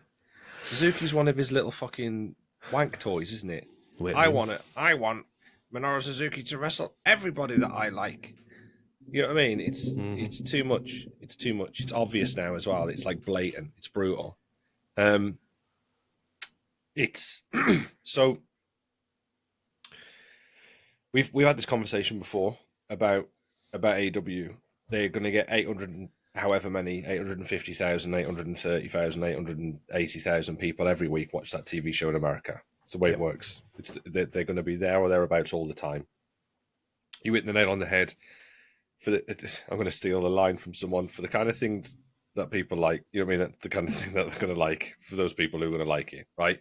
Mm-hmm. They will never grow from there. They're not going to grow by doing what they're doing. You talk the word fake. Obviously, I'm a wrestler. I don't like that word. I don't like it. But if there's anybody in wrestling now who exudes fake and phony and bullshit, it's the Young Bucks. Mm-hmm. Everything they've got their hand on, everything they've got involved with, all the shit that they do themselves. That's why they don't want to get involved with guys like FTR and all that, because they don't know how to do it. They don't know what to do. They don't understand how wrestling is. They've ruined the business and made their own way in the business or whatever. Like how they've got to where they are is beyond me. But they found their little niche, and their niche is, but it's not even those 850,000 people, because half of them turn off, or 20% of them turn off when they come on the telly. So, doing all this behind the scenes and trying to work the crowd and work the boys and work the audience, and we've like you pointed out, you've said that before, we've seen that before. It does not work. We want serious, like the WWE. They don't have wrestling matches as such. They do every once in a while. They blow you away because they don't do it all the time. But when you watch a WWE product, you have serious people having serious conversations about serious stuff. Yep. They make it feel like important. Mm-hmm. You have Cody on there, you have Punk on there, you have Rollins on there, you have Gunther on there, you have Paul Heyman on there, you have issues between the fucking Usos and Reigns and Solo, and you have like the Judgment Day come on. Obviously, they've got R-Truth in there, but when you have Rhea Ripley going like face to face with people, like, you know what I mean, having real discussions about real issues, it's You've got presented storytelling. in a You've got way. It's storytelling, storytelling. not Yeah, matchmaking. yeah, That's what you've got. and that's the difference. It is. We've said this before. It's on a booker. It's a matchmaker. He's got all of his little toys in his little toy set, and he wants to use his toys how they're being used. And Tony's a stats man. Statistics are really good because they can be used for you very easily Yeah. or against you very easily. You like a stat, Mm-hmm. mate. You like a spreadsheet, don't you? You know what I Yep. mean? You can make statistics tell any story you want to if you look deep enough. And the issue with Tony is he looks at the numbers, but he doesn't look at them he's got this quote unquote endless pot of money which he can link into, and that's his toy. It's a toy for him. His daddy has gave him everything he's always wanted in his life, and all of his wrestling figures are real now, and Yep. he's playing in his bedroom like he was when he was 15 or whatever with his little wrestling figures, making all these matches and his little fake ring. But he's doing that for real now. And he's lying to himself and being fed bullshit by all the wrestlers and working him around him because it's a fucking payday, apart from one person who isn't on TV anymore because he's fucking injured and he's the only person they've got that's willing to actually say something. And he has said it live on television. Like, fucking fire me, Tony. You know what I mean? Like, Yep. I know he's got a job there and I know it's kind of work, but it's shooting on the square a lot of the time. But there's so much to this. There's so much to this. And it is, he's got the wrong people. That's why Cody jumped ship. That's why he got out there as fast as he fucking can. Yep. As fast as he could. Mate, what's his name? Andrade's gone there. He's seen this. Andrade's not a big star. You know what I mean? He's not a big deal in wrestling. He's not one of the names or whatever. He went there thinking the grass was greener. He tried to have a fight with somebody to get sacked, and they still wouldn't fire him. You know what I mean? Like, he wanted out there. Punk done exactly the same thing. He knew exactly what was going to happen, and he got the fuck out of Dodge. It's crazy.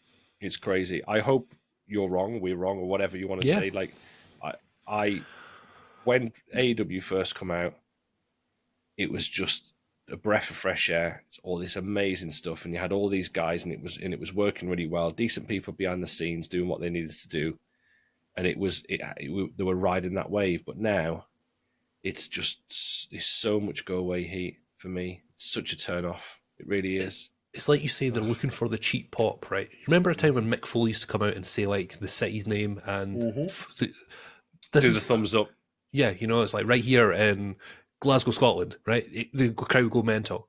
This is what the Bucks are trying to do, that, but expose the business at the same time. You know, it's just fucking crazy. I just don't get it. It's like, for executives to do that in any other industry, they get fucking heaved to the curb, right? Yeah. But like you say, Tony Khan wants to be one of the boys, and we've said it in so many different podcasts. I said it in Overrated Superstars. You know, Tony Khan was my honourable mention. You know, it's he, and you said it perfectly. He's playing with these wrestlers. You know, he's playing with the toys in his bedroom. You know, I mean, if you look at,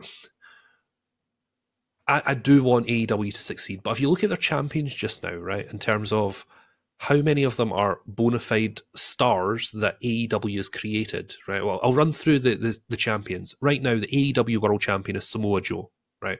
Not AEW born and bred, right? And I'll be honest with you, I'm just sorry, just to cut in really quick there. I don't give a shit. Yeah. I love Samoa Joe, right? Yes. I do. I really love Samoa Joe, but I don't give a fuck, right? Yeah. It's like, I think he is a champion of circumstance because MJF was injured. Mm-hmm. You know, solid hand. You know, and we know I do love Samoa Joe. I think he's in ring. He's phenomenal. He is a legitimate badass. He has psychology down to a fucking fine art. Who in the roster is going to beat Samoa Joe legitimately? Well, they had the thing with Hook, didn't they, recently? Yeah, and it's like I like Hook. But Hook's never world champion material. Mate, he hit Hook with a muscle buster. Yep. And Hook kicked out at one. Mental, right? Yeah. So yeah, AEW World Champion Samoa Joe. AEW Women's World Champion Toni Storm. I love Toni Storm. I think what she's doing just now is brilliant. But again, the women's division's on its horse. I just, you know, I don't know what they've done to Britt Baker. Don't know where she is. I don't think she's been booked since September. She spoke out about a couple of things. Well, there you go. I think she's been told to keep her head down while some stuff is happening. We'll probably find out what that is at some point soon. Yeah, but there we go. No doubt. TBS champion Julia Hart. Again, Julia's all right. It's fine. The AEW World Tag Team Champions Ricky Starks and Big Bill. It's like, all right, again, do you care? Do you care? Yeah. Ricky Starks should be a singles champion. He should be one of the guys in the fucking company, and they've missed the boat on him twice. He had the opportunity to be pulled twice, and they didn't do it. Stupid. Big Bill is obviously Big Cass, formerly of like Enzo and Cass of WWE. You know, had these well-known issues. AEW International Champion Orange Cassidy. I'm not even going to fucking dignify that with a discussion. let's just bypass him altogether. Mm, TNT champion Christian Cage. Fucking love Christian. But again, should he's he be starting to lose a little bit of the shine though. Christian's starting to become a little bit. It's a bit It's a okay. payday. Payday for him. He was the best heel in wrestling 3 months ago, 6 months Yep. ago. Now it's like, Um, yeah, okay. AEW World Trios champion. Couldn't give Again, a fuck. I the don't even acclaimed know and who Billy Gunn. the acclaimed. There you go. And AEW Continental champion is Eddie Kingston. It's like, out of all those, I don't care. Like, No. there's. And then you look at the rest of the fucking, like, Adam Cole is a star, right? Don't know what the fuck he's doing. He's the devil. You know, it's like, well, okay, that's a nothing thing. Adam Copeland, formerly known as Edge, great. Like, destroying his legacy, in my opinion. I think he should have got out in WWE and ended his career there. I think he's seen the opportunity to go with his mates, to go with Christian. I've one last little run with Christian, and FTR are his boys as well. Yeah, I think he's went there, and he's realised very quickly, shit show. very very quickly, yeah, how much of a shit show it actually is. Yeah. Then you've got like Adam Cole, Angelico. You've got fucking Brian Cage, Brody King, Brian Danielson. You know, they have people that could, like FTR, they have people that could be pushing towards that upper card, but they're just not. They're sort of dwindling in this sort of mediocrity that unfortunately Tony Khan and young fucks, as Jim Cornette used to call them, is like they're perpetuating it. It's just fucking, yeah. It's really, really. I think if you're a hardcore AEW fan and if you're listening to this, you won't agree, but you should be worried about AEW in the state it's in just now. The fact that you're only selling just over 2,000 tickets to your flagship show, your TV program, Yep. is a damning indictment of where you are as a wrestling company. I can't add any much more to that, especially if you put it so eloquently. Yeah, some peasant northerner's not going to add to anything you just said. So yeah, it's. I'm not going to say it's fixable because it's not the way to describe it. Like they have at their disposal, legitimately, some of the best talents that aren't in the WWE. Use them properly. Stop booking it match to match or week to week or whatever. Actually use your talent effectively and make stuff mean stuff. Like that's a very very simple way to describe it. Just make it mean something, and we'll watch. We want to invest in it. Swerve Strickland, like the guy's money, absolute money. Let him have a storyline driven feud with somebody. Make it happen. You look at all the great stuff that's happened in AEW. It was all to do with how, quote unquote, how it made people feel. You've got the Cody and the Dusty stuff. Like one of the greatest matches in WWE in AEW history was that Cody and Dustin match, and that was like in their first year of existence, like one of their first pay-per-views. The shit between Kenny and Daniel Bryan Danielson, like one of my favorite matches I've ever seen, because it was made to feel like a big deal because the way it was sold and put across to us, like this is a big deal. Yeah. The Wardlow and the MJF stuff, the MJF and the Punk stuff, like it's real. You knew it was like the shit that they were saying. They believed most of it. You know what I mean? It like you got behind it. It's not hard to do because they've done it. Just do more of that. Do more of that. Did you see who Swerve was in the match with on Dynamite? No. Jeff Hardy. Jeff Hardy took a horror bump through a table. I think he swantoned from top rope to the floor through a table. It's just like Jeff Hardy's going to kill himself, man. He's just, it's terrifying. Yeah, honestly, if you haven't seen it, go watch it. It's fucking. There's clips on Twitter and stuff. I need to catch up on some stuff, but Yeah. it's a bit of a turn off for me at the minute. It's a bit of a turn off because there's nothing good on there now. At the minute, it's just hard. It's hard to get through. It's hard to watch. It's hard to get through. And the thing is, as well, it's like they're going on about like, oh, you know, our relationship with Warner Brothers is great. There's still no TV deal being signed. Nah, you know? nah. And if it keeps going the way it's going, it won't be. Yeah, exactly. They need to stop. They need to stop shotgunning shit. Basically, yeah, absolutely. Stop shotgunning your shit and just make us feel something.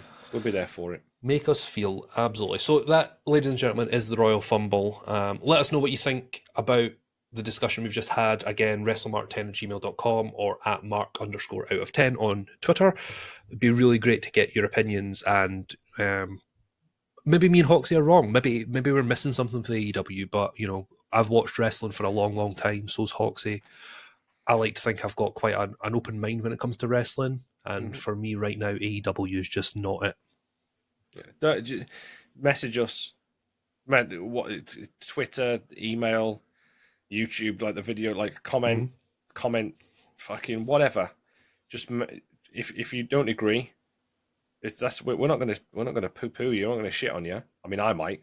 John's a little bit nicer than I am, but you won't. You'll say it behind your back, guaranteed. But yeah, no. But like if we're missing something, just let us know. But this is hard to argue against. Opinions mean everything and nothing at the same time. At Market at 10. Exactly. But anyway, let's get back to our list of the top 10 terrible, worst, fucking awful finishers in wrestling, Hoxie. We've done 10 through 6. We're now hitting our number 5. And I believe it's still me to go for my number 5. My number 5 belongs to the most electrifying man in sports entertainment, The Rock, and it is the People's Elbow. The People's Elbow is pish. Your turn, Hoxie, number 5. No, but seriously, it goes along. It's the same thing, right? It's a case of he spinebusters them, he does the little move, he throws off his elbow pad, he waves his arms, runs the ropes again, and then fucks about and then does an elbow drop. Why is someone not just getting up and booting fuck out him?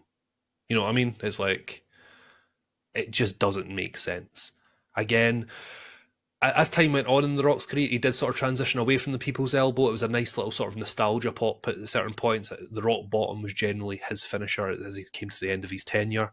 But yeah, for me, it's not a finishing maneuver that is synonymous with, holy shit, that's an amazing finisher. It's a cool, he's dancing about before he gives him an elbow drop. And yeah, for me, it's very, very overrated. Yeah, it's a nice pop for the crowd. You know, it's an opportunity to get the elbow pad or the glasses or the watch or whatever the fuck he's throwing into the crowd at that time, and also the people's eyebrow and all that jazz. It's synonymous with The Rock, but for me, it's not worthy of a finishing maneuver of such a legend within the wrestling business. I just think it's really poor. But again, the flip side of that is, would he be as successful without that pop? You know, from that particular move, we don't know, but we're talking about wrestling moves and not about the person itself. So yeah, People's Elbow for me is trash. Get in the bin.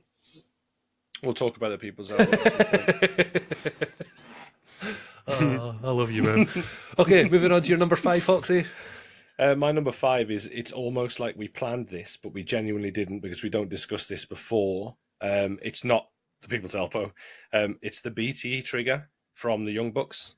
Okay. Their tag team finish where they grab their opponent's hands who are on their knees.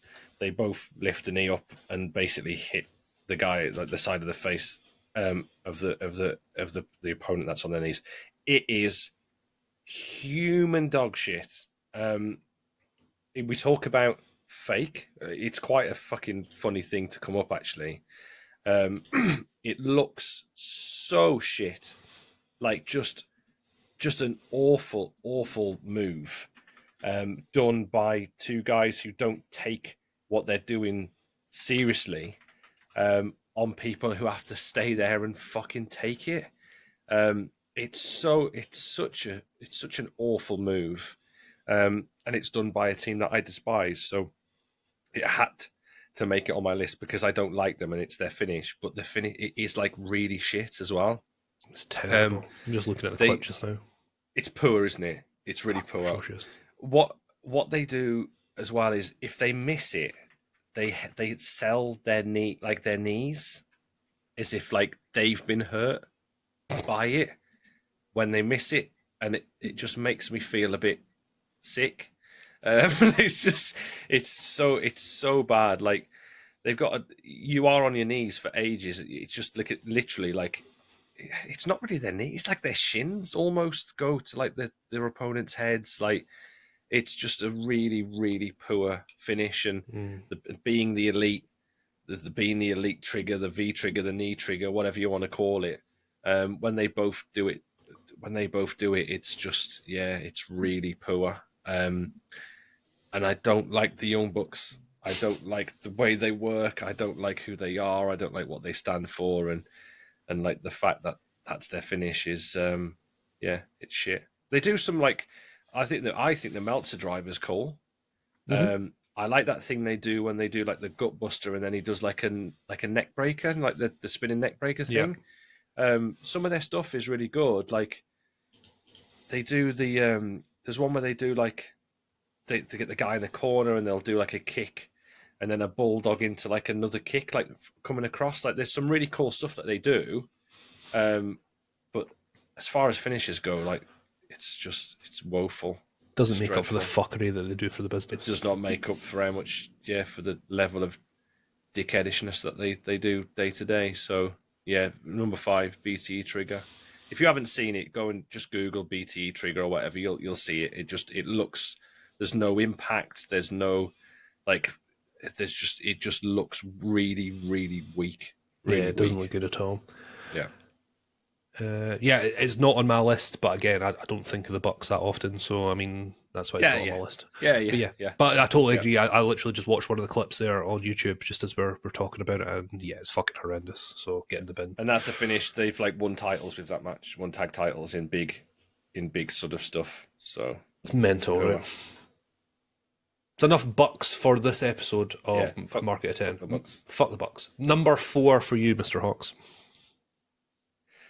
Oh shit! Yeah, it is me. We spoke about it. Sorry, you mentioned it earlier on. It's the atomic leg drop from Oh, Hulk there you go. Hogan.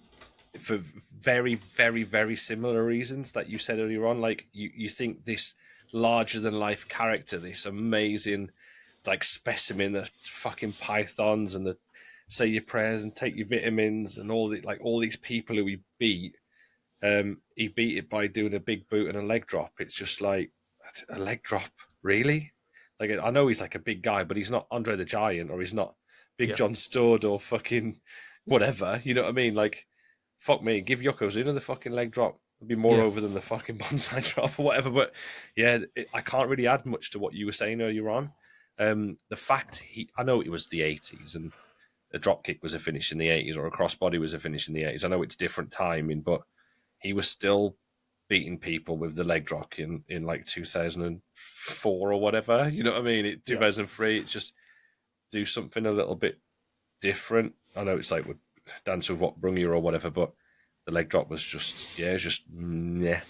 It's like I said when I was going through it, it's like for someone that was going on about the size of his arms, the fact that he used a leg drop didn't make any sense. It's like Imagine a big fucking lariat, like the Python lariat or something. You know what I mean? The Python strike, Python, just any bullshit like that. It would have been sick. But I agree. the He's not talking about 24-inch cut or something. Yeah, it's like he's not fucking. talking about his 45-inch thigh, is he? He's talking about his fucking his biceps and stuff. I don't know. Yeah, just a bit shit, isn't it? It's a Yeah. bit shit, bit naff. But I still pop for it. I'll still pop for the fucking you know what I mean? Punch, send off, big boot, leg drop. I'll still pop for it, but just for what it was and for who it was for, just a bit. Yeah. But shit. He's one of the biggest wrestlers of all time. Yeah. And his move was a bit shit. So it's got to be a little bit towards the top of my list just because of how important he was, and the finish was dreadful. I think that's why he was lower down in my list, because he was such a significant part of wrestling. You know, it's like so. Yeah, that's why. But Didn't want to shit on again, him too much. exactly. Well, yeah, you know, but at the same Yeah, time, yeah, yeah. you could easily put it much higher up as well. So it's one of those things. Atomic Leg Drop is Hoxie's number 4. Fantastic. Going on to my number 4, it's one that we've talked about already. It's the Warrior Splash. It just, again, Warrior was big, but not big enough. Very similar to Hogan's Atomic Leg Drop, right? It's like they were big, but wasn't big enough to warrant that being his finish. You know, it's like when you get to people like Viscera, you know, like that is understandable because he couldn't do anything else. But, you know, the fact he's a big fucker, if he splashes on you, you ain't going to get up, you know, or a bonsai drop type thing. He's not going to get back up. But yeah, it just looked awful. It's like, I don't. He made money, right? He made money for WWF at the time, and you just don't understand how, because he was terrible, you know, fucking atrocious, you know. Again, sizzle and steak, right? It's like it's all it's that There he couldn't is be any more sizzle. exactly. It's all Like, about the sizzle. there's There's no no steak. steak. It's just gristle. That's all it is. Yeah. It's just fucking um, Tougher than a $2 steak. exactly. But it just looks fucking horrendous. And you talked about it looking just awkward as well. And Mm-hmm. yeah, how can you make it look awkward, and how can you land on your knees? It's just, I don't know. It just, again, I don't know what move you could give him, because he couldn't do it anyway.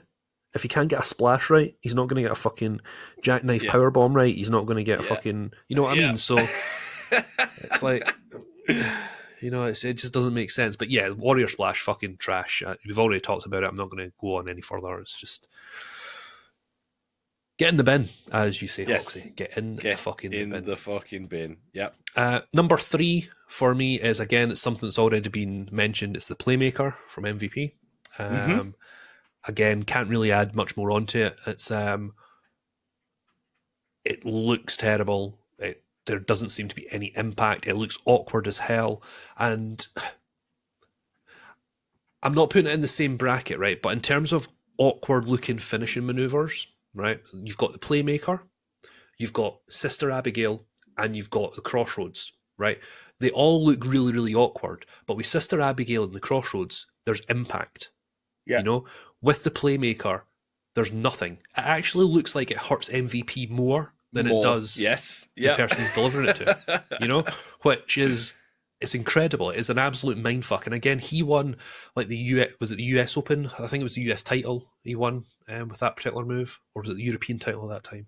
I can't remember. US United Was it States US? Championship. Yeah, yeah, yeah. It's like he won that. You know, a legitimate title within WWE. It's like it just makes no sense. That just for a finisher, it was just horrific. And you know, the thing is, he is it black belt jiu-jitsu? Is it BBJ? It's he's like I know he's double hard.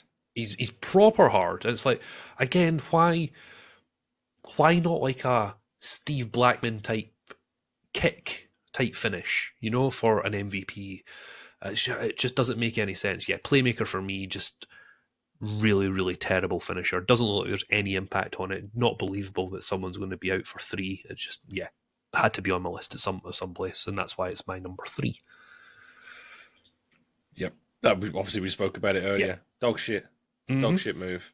And you know, you say about it looks like it hurts him more. Yep. Like, it's a really awkward thing to take. Like, it's such an awkward bump. I've never took one. I don't think I've ever tried.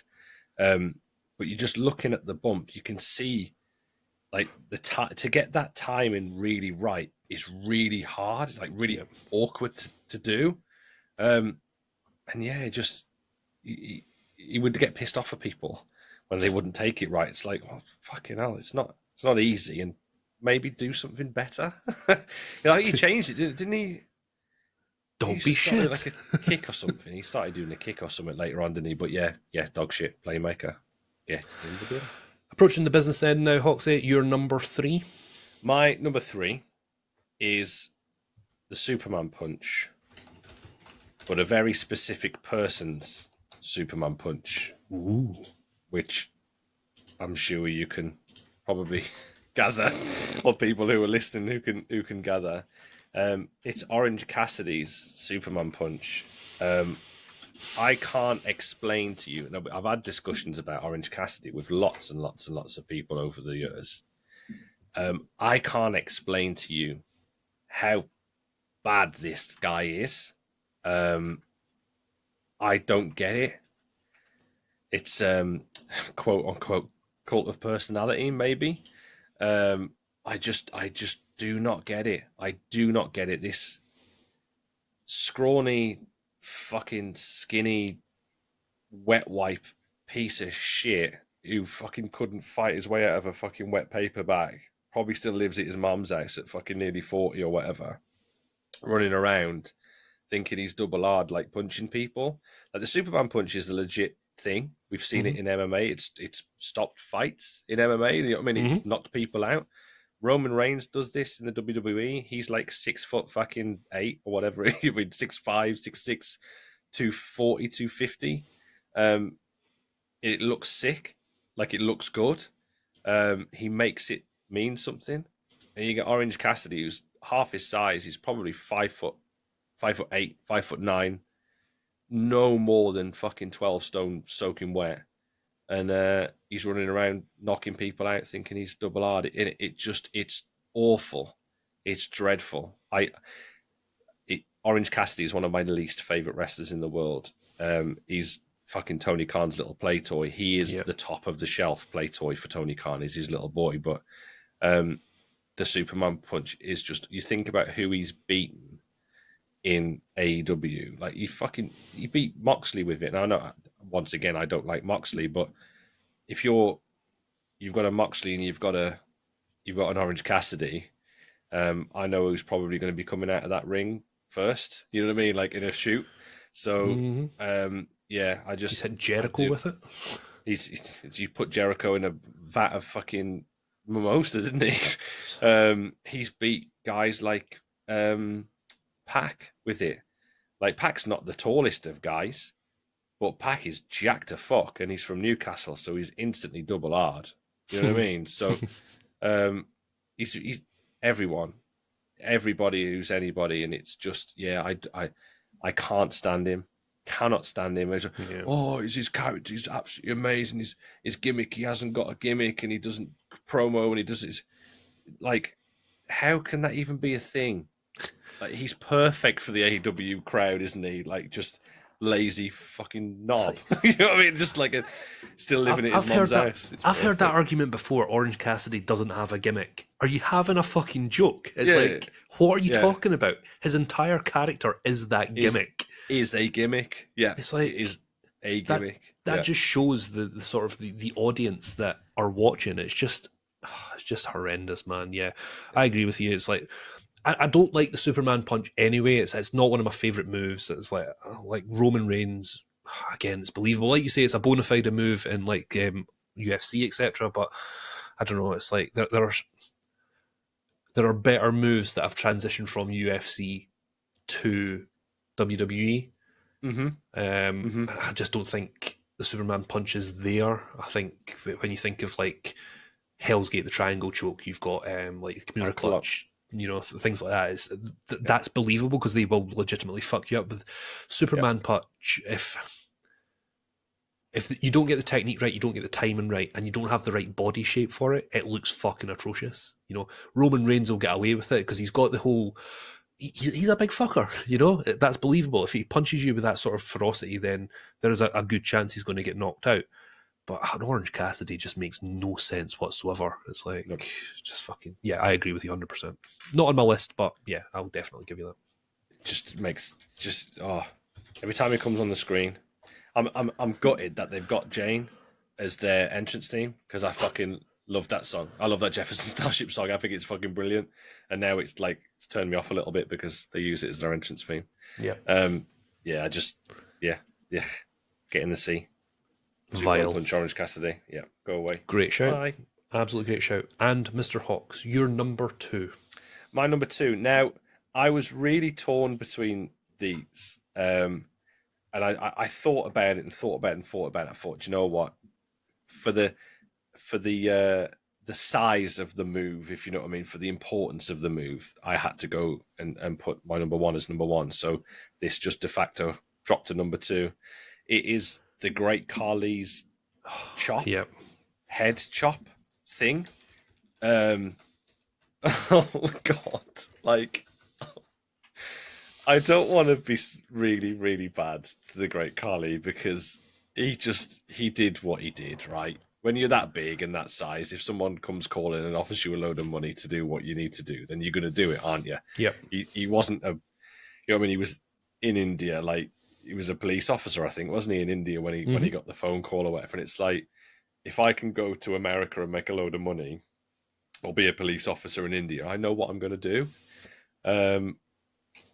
But fuck me, man. Like, I just like anyone who's ever seen a Great Khali match or seen the Great Khali or knows who the Great Khali is will realize why I'm just a bit like, oh God, poor fucker. But that head chop, overhand head chop, it was just basically like a karate chop, wasn't it? Just to the Yeah. top of the head. And it's the only thing. I mean, this guy could barely walk, even back in like 2005 or whatever. When did he debut? A quick look. Hold on. Pass, don't know. Great Khali. 1 minute caller. The Great Khali debuted for the WWE in 2006. 2006. So he wrestled in New Japan. I did not know this. I'm finding this out right now. He wrestled in WCW. Shit. He signed a contract and spent 8 months in WCW. That's got to be at the 2001. That would have been, he would have been training, wouldn't he? All Japan from 2000 to 2001, WCW, and then New Japan, and then went off and done. Mate, he's in CMLL. What the hell? Sorry, guys. We've proper gone down a bit of a rabbit hole here. However, the Great Khali's finish is, what was it called? Was it just like the chop? It was the chop, I think. Yeah, it's a chop. It's just dreadful finish. Just an overhand chop to the top of the head. Like I said, he could barely walk. He was like, he was world champion at one point. He had the big gold belt, didn't he? Like he had to, just the people who he had matches with and the people who had to put him over was just insane. And it was all to do with that fucking head chop, basically. I said he could barely walk, he could barely do anything. That's the only thing they could give him, and it was just, he's one of the worst wrestlers to ever have been like set foot into a WWE ring. He's up there with like the Warrior and fucking Giant Gonzalez and all that sort of stuff. For me, he's just dreadful. And his finish was just horrendous. When I started watching wrestling back in like 2007, 2008 or whatever, like he was running around doing it, and it was just a bit. Yeah. So when I think of bad moves, I always think of the chop. He's a bona fide Hall of Famer, though. The COVID Hall of Fame. The COVID Hall of Fame, absolutely. Yeah. I think we take 2020 out. I think that needs to have its own separate conversation. But yeah. I can't believe he was in New Japan. I can't believe that. It's crazy, right? He was in Team 2000, Giant Silver. Oh God! Yeah, crazy. Dear. However, Great Khali. Great Khali number 2. Again, he was awful. What would you have made his finisher? I wouldn't have had him win. I would just lose. I mean, he was Vince McMahon's wet dream, though, right? Big fucking guy. That's what Vince was all about. I mean, he did use the Iron Claw for a little bit, right? It's like he used that, and that made sense for his character because his hands were like shovels, you know. So, you know, like the Punjabi plunge as well. So it was the choke bomb, slam thing. Yeah. He never used to bump from. He used to throw them. Yeah, exactly.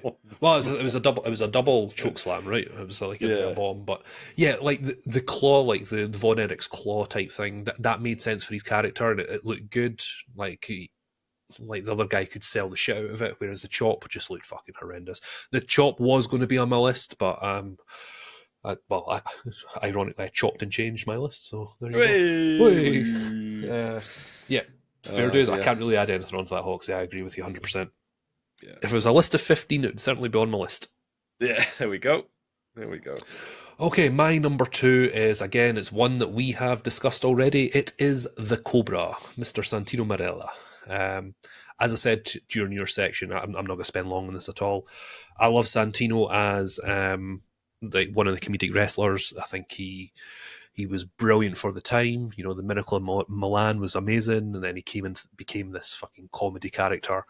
But the Cobra makes no sense. It made sense, but he should never have won a match with it. It should never have been there. You know, it's like it was carnage. Like you say, the call out of the Cobra, it got the pop. It was very similar to like Ric Flair trying to hit a move from the top rope. You know, it should never have happened. It did happen once, but you know, it is in that similar vein. It was one that the crowd would love to have seen. But he started beating people. I think he beat Sheamus with it and stuff. It's like, just nah, man. It's just not cool. So yeah, the Cobra for me was always going to be on the list. Probably it could have. It was my number one for a long time until I remembered what my number one was. So yeah, for my number 2 was Cobra. See, I can't add much more to what we said earlier. Dog shit, mate. Absolute dog Samoan shit. Spike with more fingers. Exactly, yeah. Samoan Spike with a sock on his hand. Okie dokie. We're going on now, everybody. We've got from 10 to 2. We now have a section that we have, it's the honourable mention. So something that probably should be on the list, could be on the list, but we couldn't find a way to fit it in. So it gives us an opportunity to have an extra in our list of top 10. So my honourable mention is... I can't think of a nice little segue into it. It's the coffin drop from Darby Allin. Really? Don't like the move. Think it's just, for me, it doesn't look good. I fear for him every single time he does it. It looks, yeah. I just don't get it. I think, I don't know. Yeah, just not for me. It's like a swanton bomb. I just don't get it. I'm sure you're going to tell me why I'm wrong, but yeah, it's one of those ones. I've just got this. It's dread. It's not the worst finisher, but I think it's a very overrated finisher. I don't. He's putting a lot of. I think this is more because I like Darby Allin, right? I think he's putting a lot of faith into the rest of the AEW roster that I've got little faith in. The AEW potentially shouldn't be in the ring with him, that in my opinion. And yeah, for me, the coffin drop just doesn't do it for me. Doesn't wet my whistle at all. Yeah, that's why it's my honourable mention. It couldn't take out any of the other ones, but yeah, when it comes to finishers, I just don't like it. I don't know what to say. I think it's brilliant. I actually think it's perfect for him. Perfect for his frame, perfect for his size and weight, perfect for his his gimmick is that I don't give a fuck, I'm already half dead. Like, you know what I mean, a daredevil kind of situation. Like, it's just throwing caution to the wind, and he hasn't got size and frame to like use. Obviously you can use momentum at a certain size or whatever, but he hasn't got like the size and frame to be hitting like big moves on people, like big slams or whatever. So it's like the only thing that I've got going for me is my body. So he uses his whole body as a finish. That's really, really surprised me. Genuinely, that's really surprised me. Yeah, I think it, as far as finishes go, that would kind of make sense for him. The coffin drop is perfect when you think about why and everything to do with it, and it looks so sick. It looks so cool. I don't think it does. I don't think it looks cool. The fact that he's constantly looking over his shoulder in order to hit it, it's just you need that though. You need that. One of the worst things to do is go up on the top rope and expect whoever's there to be there. So the fact that he looks to make sure that the person's there, to me, makes it real. If he was to get pushed to the main event, right, and go for the AEW title, let's say against Samoa Joe. If he lands on Samoa Joe, right, again, believability, like you say, he's not got the frame, he's not got the size. It's not going to make a blind bit of difference if he lands on Samoa Joe. He's fucking tiny.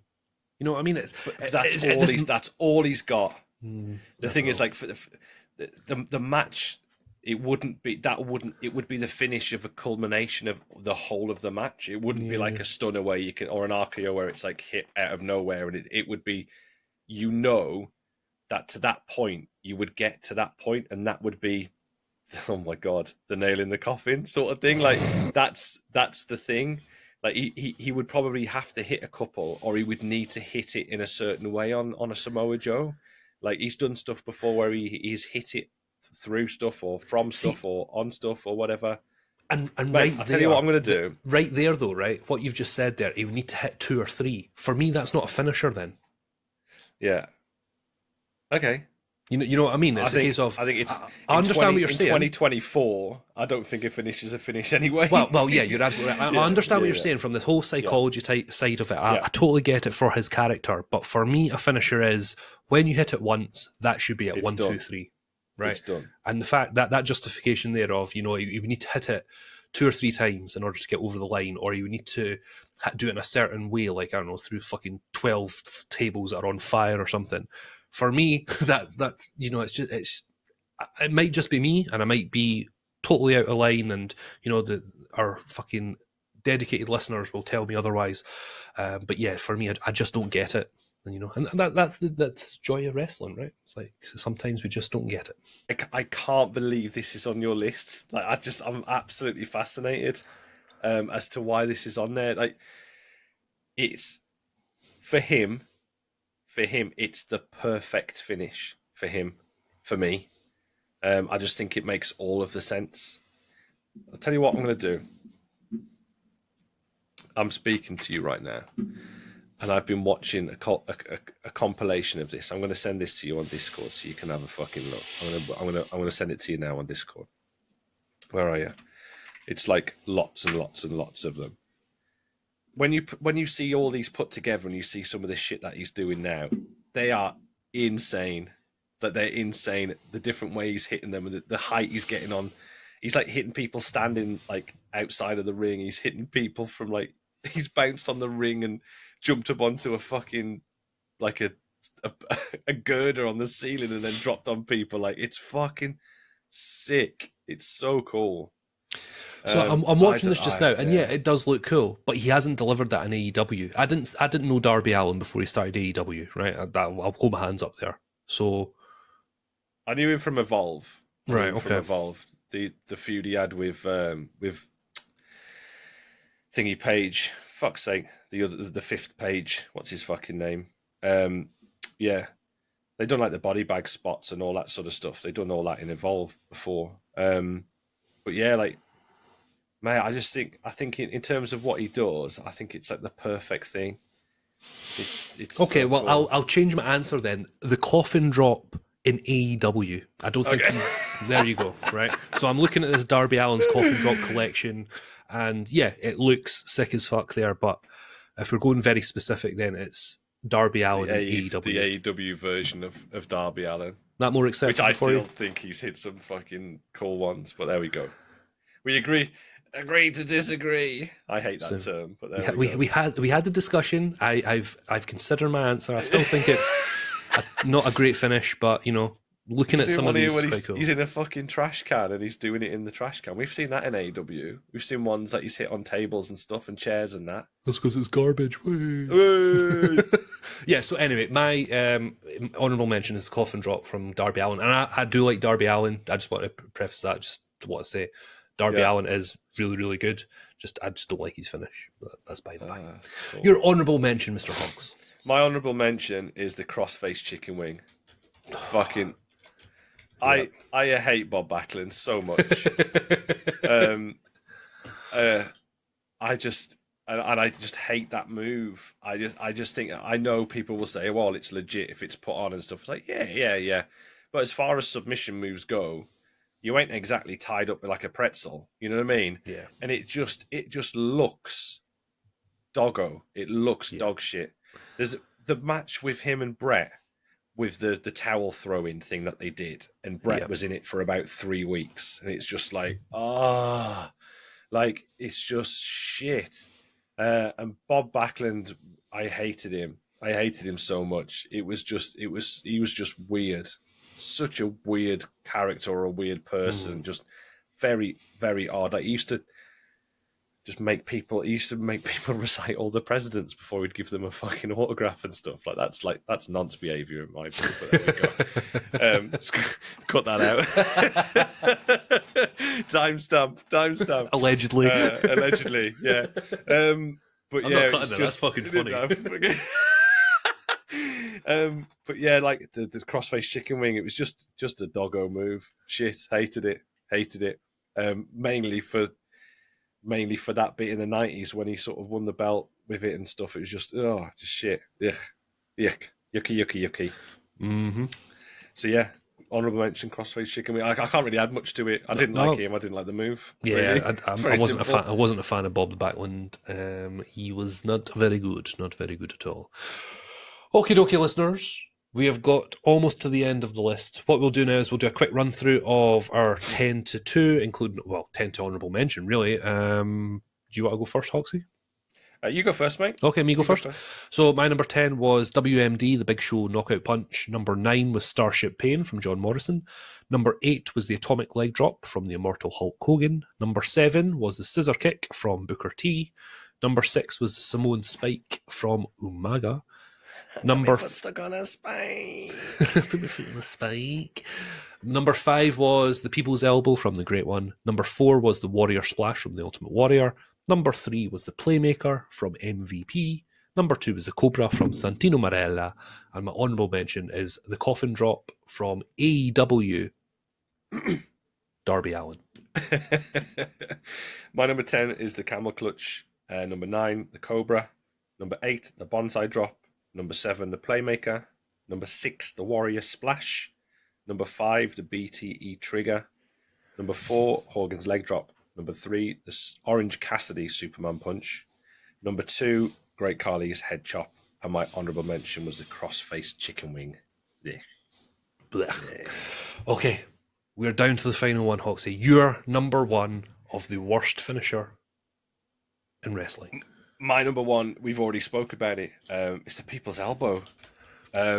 He basically found this by accident. So they were doing like some house show loops, and they always used to have some fun. I think it was like a really shit house somewhere, and he went out and done it, just taking the piss, and the crowd went mad for it. So we done it the next night, and the crowd went even madder for it, and he done it again. They went crazy, and he was like, "I'm just going to do this." And he done it as a joke, and he got over. But it was shit. It was just really, and it was his finish for a while, wasn't it? Like his actual finish. Proper finish.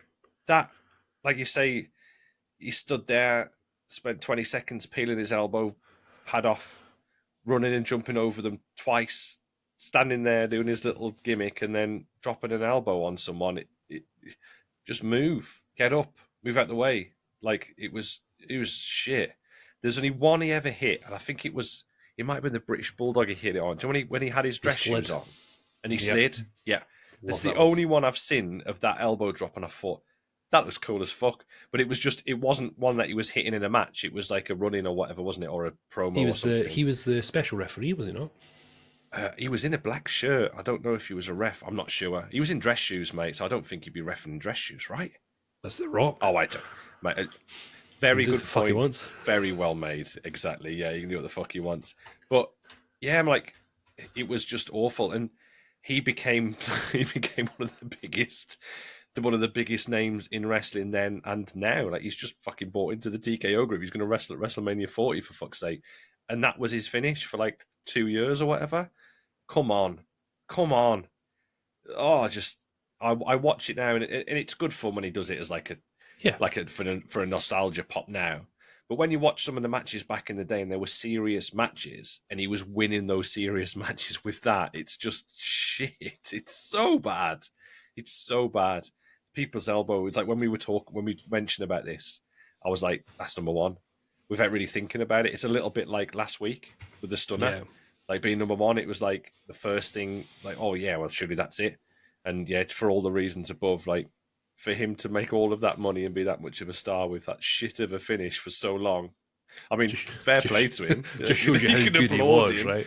Exactly. Yeah, exactly. But just, as a finishing wrestling maneuver goes, it is the perfect WWE. It's the perfect WWF finish because it's sizzle. But yeah, for him to have it for so long and do that much with it, just oh my god, yeah, crap. Overrated, massively stupid and shit. People's elbow, number one. Your number one, the People's Elbow, from the Great One, already on my list earlier on. My number one was, and you said it there. That was a finish from, like, that was WWE. I would say for the time, this finish is also WWE. The fact it was all about the pop. That's all it was about. It was not about the finish itself. It was all about the pop, and it was The Worm by Scotty Too Hotty. No, Fucking just fucking no, man. Just absolutely not. This man, in terms of pop, fantastic. You know, he won the tag team titles twice with this move. He won the light heavyweight championship with this move. And like I say, it was all about the pop. You talk about all about the sizzle and no steak. This is the epitome of all sizzle and no steak. Essentially, he does the worm, and then he essentially cobras him with one hand onto the throat while the guy's lying prone. Now, what you've got to ask yourself is, why the fuck is the guy not up after one of the weakest bulldogs as well? Can I just say, it's like, in terms of the bulldogs to get him into position, it's fucking atrocious. One-handed bulldog. One-handed bulldog. And yeah, it's just fucking terrible, man. Just not good. Looks cool as shit, right? Again, when I was watching it, when I was watching Monday Night Raw, I did the WORM and proceeded to do what can only be described as the slug. But everybody tried it, right? But in terms of finishing maneuvers where you want them to count 1, 2, 3, that is not it. It's not the one, right? It's just, for me, it's one of the most overrated finishers, regardless how cool it was. Just one of the most overrated finishers in WWF history for me. I feel sick. Fuck off. There is no way. I feel sick. Sick to the pit of my stomach. Thank you for listening, guys. This is the last ever. I can't believe that. Like, right, okay. All joking aside, like, I'm not necessarily joking, but all messing around aside, I can kind of see what you're saying with it. I can kind of get it, right? I kind of get it. But it was fucking huge. It was so much fun, and it was so over, and it was so good. Okay. Yeah, whatever. But you have to put the People's Elbow as your number one. Yeah, I know. It's exactly the same. About it, yeah. You know, the Warrior Splash as well. You know, he did his fucking, like, pump. Don't gotta pump it up. You know, that fucking thing. Then he did the run the ropes and jumped on him. Same sort of gimmick. You know, the Cobra, same sort of gimmick. If you think about it, it's all very similar. It's all about the sizzle in terms of the preamble before the actual move. And the move itself is either fingers to the throat, a finger to the throat, a fucking, what was the other one we used? Warrior Splash, a splash, fucking an elbow drop. It's all the same bullshit, just slightly different. With stuff. Yeah, just with stuff. That's crazy. Oh, I don't want to put the worm on there. I loved it. It was so good, so much fun. I can kind of see what you're saying. But like you say, it's like it's about the pop, right? Because you popped with the People's Elbow. I popped with the People's Elbow. You know, I popped with the worm. But I think, tell you what, Hoxie, we'll put this out to the world. Listeners of Mark Out of 10, there will be a poll on Spotify, not only with who has the best list, but we'll do a second poll. And it'll simply be, is the worm overrated? Is it the worst finisher? Yes or no? If you answer that, then we'll discuss it. the Let following the people week. And muck it. decide. We'll let But the thing is, we're not a democracy. We're a fucking. Well, that's it. We're not a fuck you. democracy. I don't give a fuck. It's on my list. It's number one. It's shit, right? So that's the point. Crazy. No, So, yeah. okay, yeah. Let the people decide. We get some conversation flowing. I can't believe the worms on it. I was thinking, like, we talked about obviously a few that were on sort of both our lists or whatever. Mm-hmm. And then when you were like coming to number one, I was thinking, what the fuck is it going to be? I can't believe it. Now, I did mention before, with my number 7, sad. the scissor kick, the one that I'm surprised wasn't on yours was the torture rack from Lex Luger. I wouldn't. Do you know what, mate? Now you've said it, probably yeah. But that was my number 7. That was Swithering with the scissor kick. That was what was going to knock off scissor kick. It's that much of a nothing to me. Yeah. That it's like it didn't even register for me. It's just yeah, shit. Yeah. Oh, let's be honest. We could have we probably could if we had another week or so. Yeah. We could come up with another list. Yeah. You can't go for the worm, can you? I can't. No, I'm just like, it's like, it's made me sad because I love it so much, mate. Like he was touring over here recently. Yeah. Like the back end of last year, and it was still. I saw a clip on it of like the SWA show he was on, and it was still as over now as it was then. Oh, ladies and gentlemen, I've rendered the housewife's favourite heel speechless. So it's made me sad, mate. It's made me sad. Like, fucking hell, mate. There's like, yeah, there's a few things thinking about it now. Who was the guy? I can't remember the guy's name at all. He was in the WWF, and he was a magician, and his finish was pulling the pants out of somebody's gear. Tell you what, we'll leave that. See if people in the comments, if you've got this far, fair play. See if you can help me out on who that is. I can't remember the guy's name, but his finish was pulling the underwear out of their gear. He was like a magician gimmick. He used to have like white face paint on and stuff. Yeah. Let me know. I need to have a look. I will try. We'll find out for next week. We'll find out. Ladies and gentlemen, we are done for the evening. That is our top 10 of wrestling finishers that we deemed shit. That's the only way to describe it.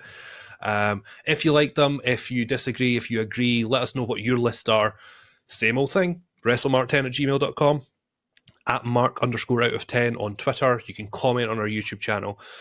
But more importantly, make sure you give the podcast 5 stars. Make sure you share it to a friend. It makes all the massive difference to us as we try and grow this. Huge difference. Like, share, comment, algorithm, all the buzzwords, all the good stuff. That's what we need. All that jazz. And speaking of jazz, next week's episode. Oh, you're such a fucking pro, aren't you? Aren't you? I genuinely mean that. So next week's episode is we are going to talk about the top 10 entrance music in wrestling. That's going to be an absolute banger of our episode, by the way. It's going to be so good. Are we allowed to play snippets? I don't know if we're allowed to do it. Can we do it? Are we going to do it just for shits and gigs? Even if it's like 5 seconds of it? I don't know. Can we do that or not? Do I know something? We'll find out. Do I know something? We'll find out. I'm fucking recording it. I'll be editing it. You do what the fuck we'll do it. Want. I couldn't get the videos because it was different people's content, so I couldn't put the videos on the YouTube channel. But yeah. I'll get the music in there. Fuck it. Even if it's like a couple of seconds clipped here and there, you know. Yeah. I think this is going to be a really difficult one though, because there are so many great entrance musics. I've got a playlist in my car that's got so many fucking wrestling theme tunes on it. It's insane. It's going to be tough, but it's going to be so much fun. I am very, very, very, very much looking forward to this. Really, really looking forward to it. I'm a music guy anyway, and I'm looking forward to this one. This will be fun. This will be fun, guys, for next week, definitely. I think it's safe to say that out of the 11, because it's 11 options that we have in our list, I reckon there will probably be 1 or 2 that are going to be the same. I think it's going to be very, very different. Okie doke. Interesting. Just a guess. There's only one way to find out. Absolutely. Tune in next week for Market at 10. Thank you to everybody that's listened, and I'll catch you in the next one. Over to you, Hoxie. Yeah, cheers, guys. It's been fun. Have a good one, and we'll catch you on the next episode. Bye.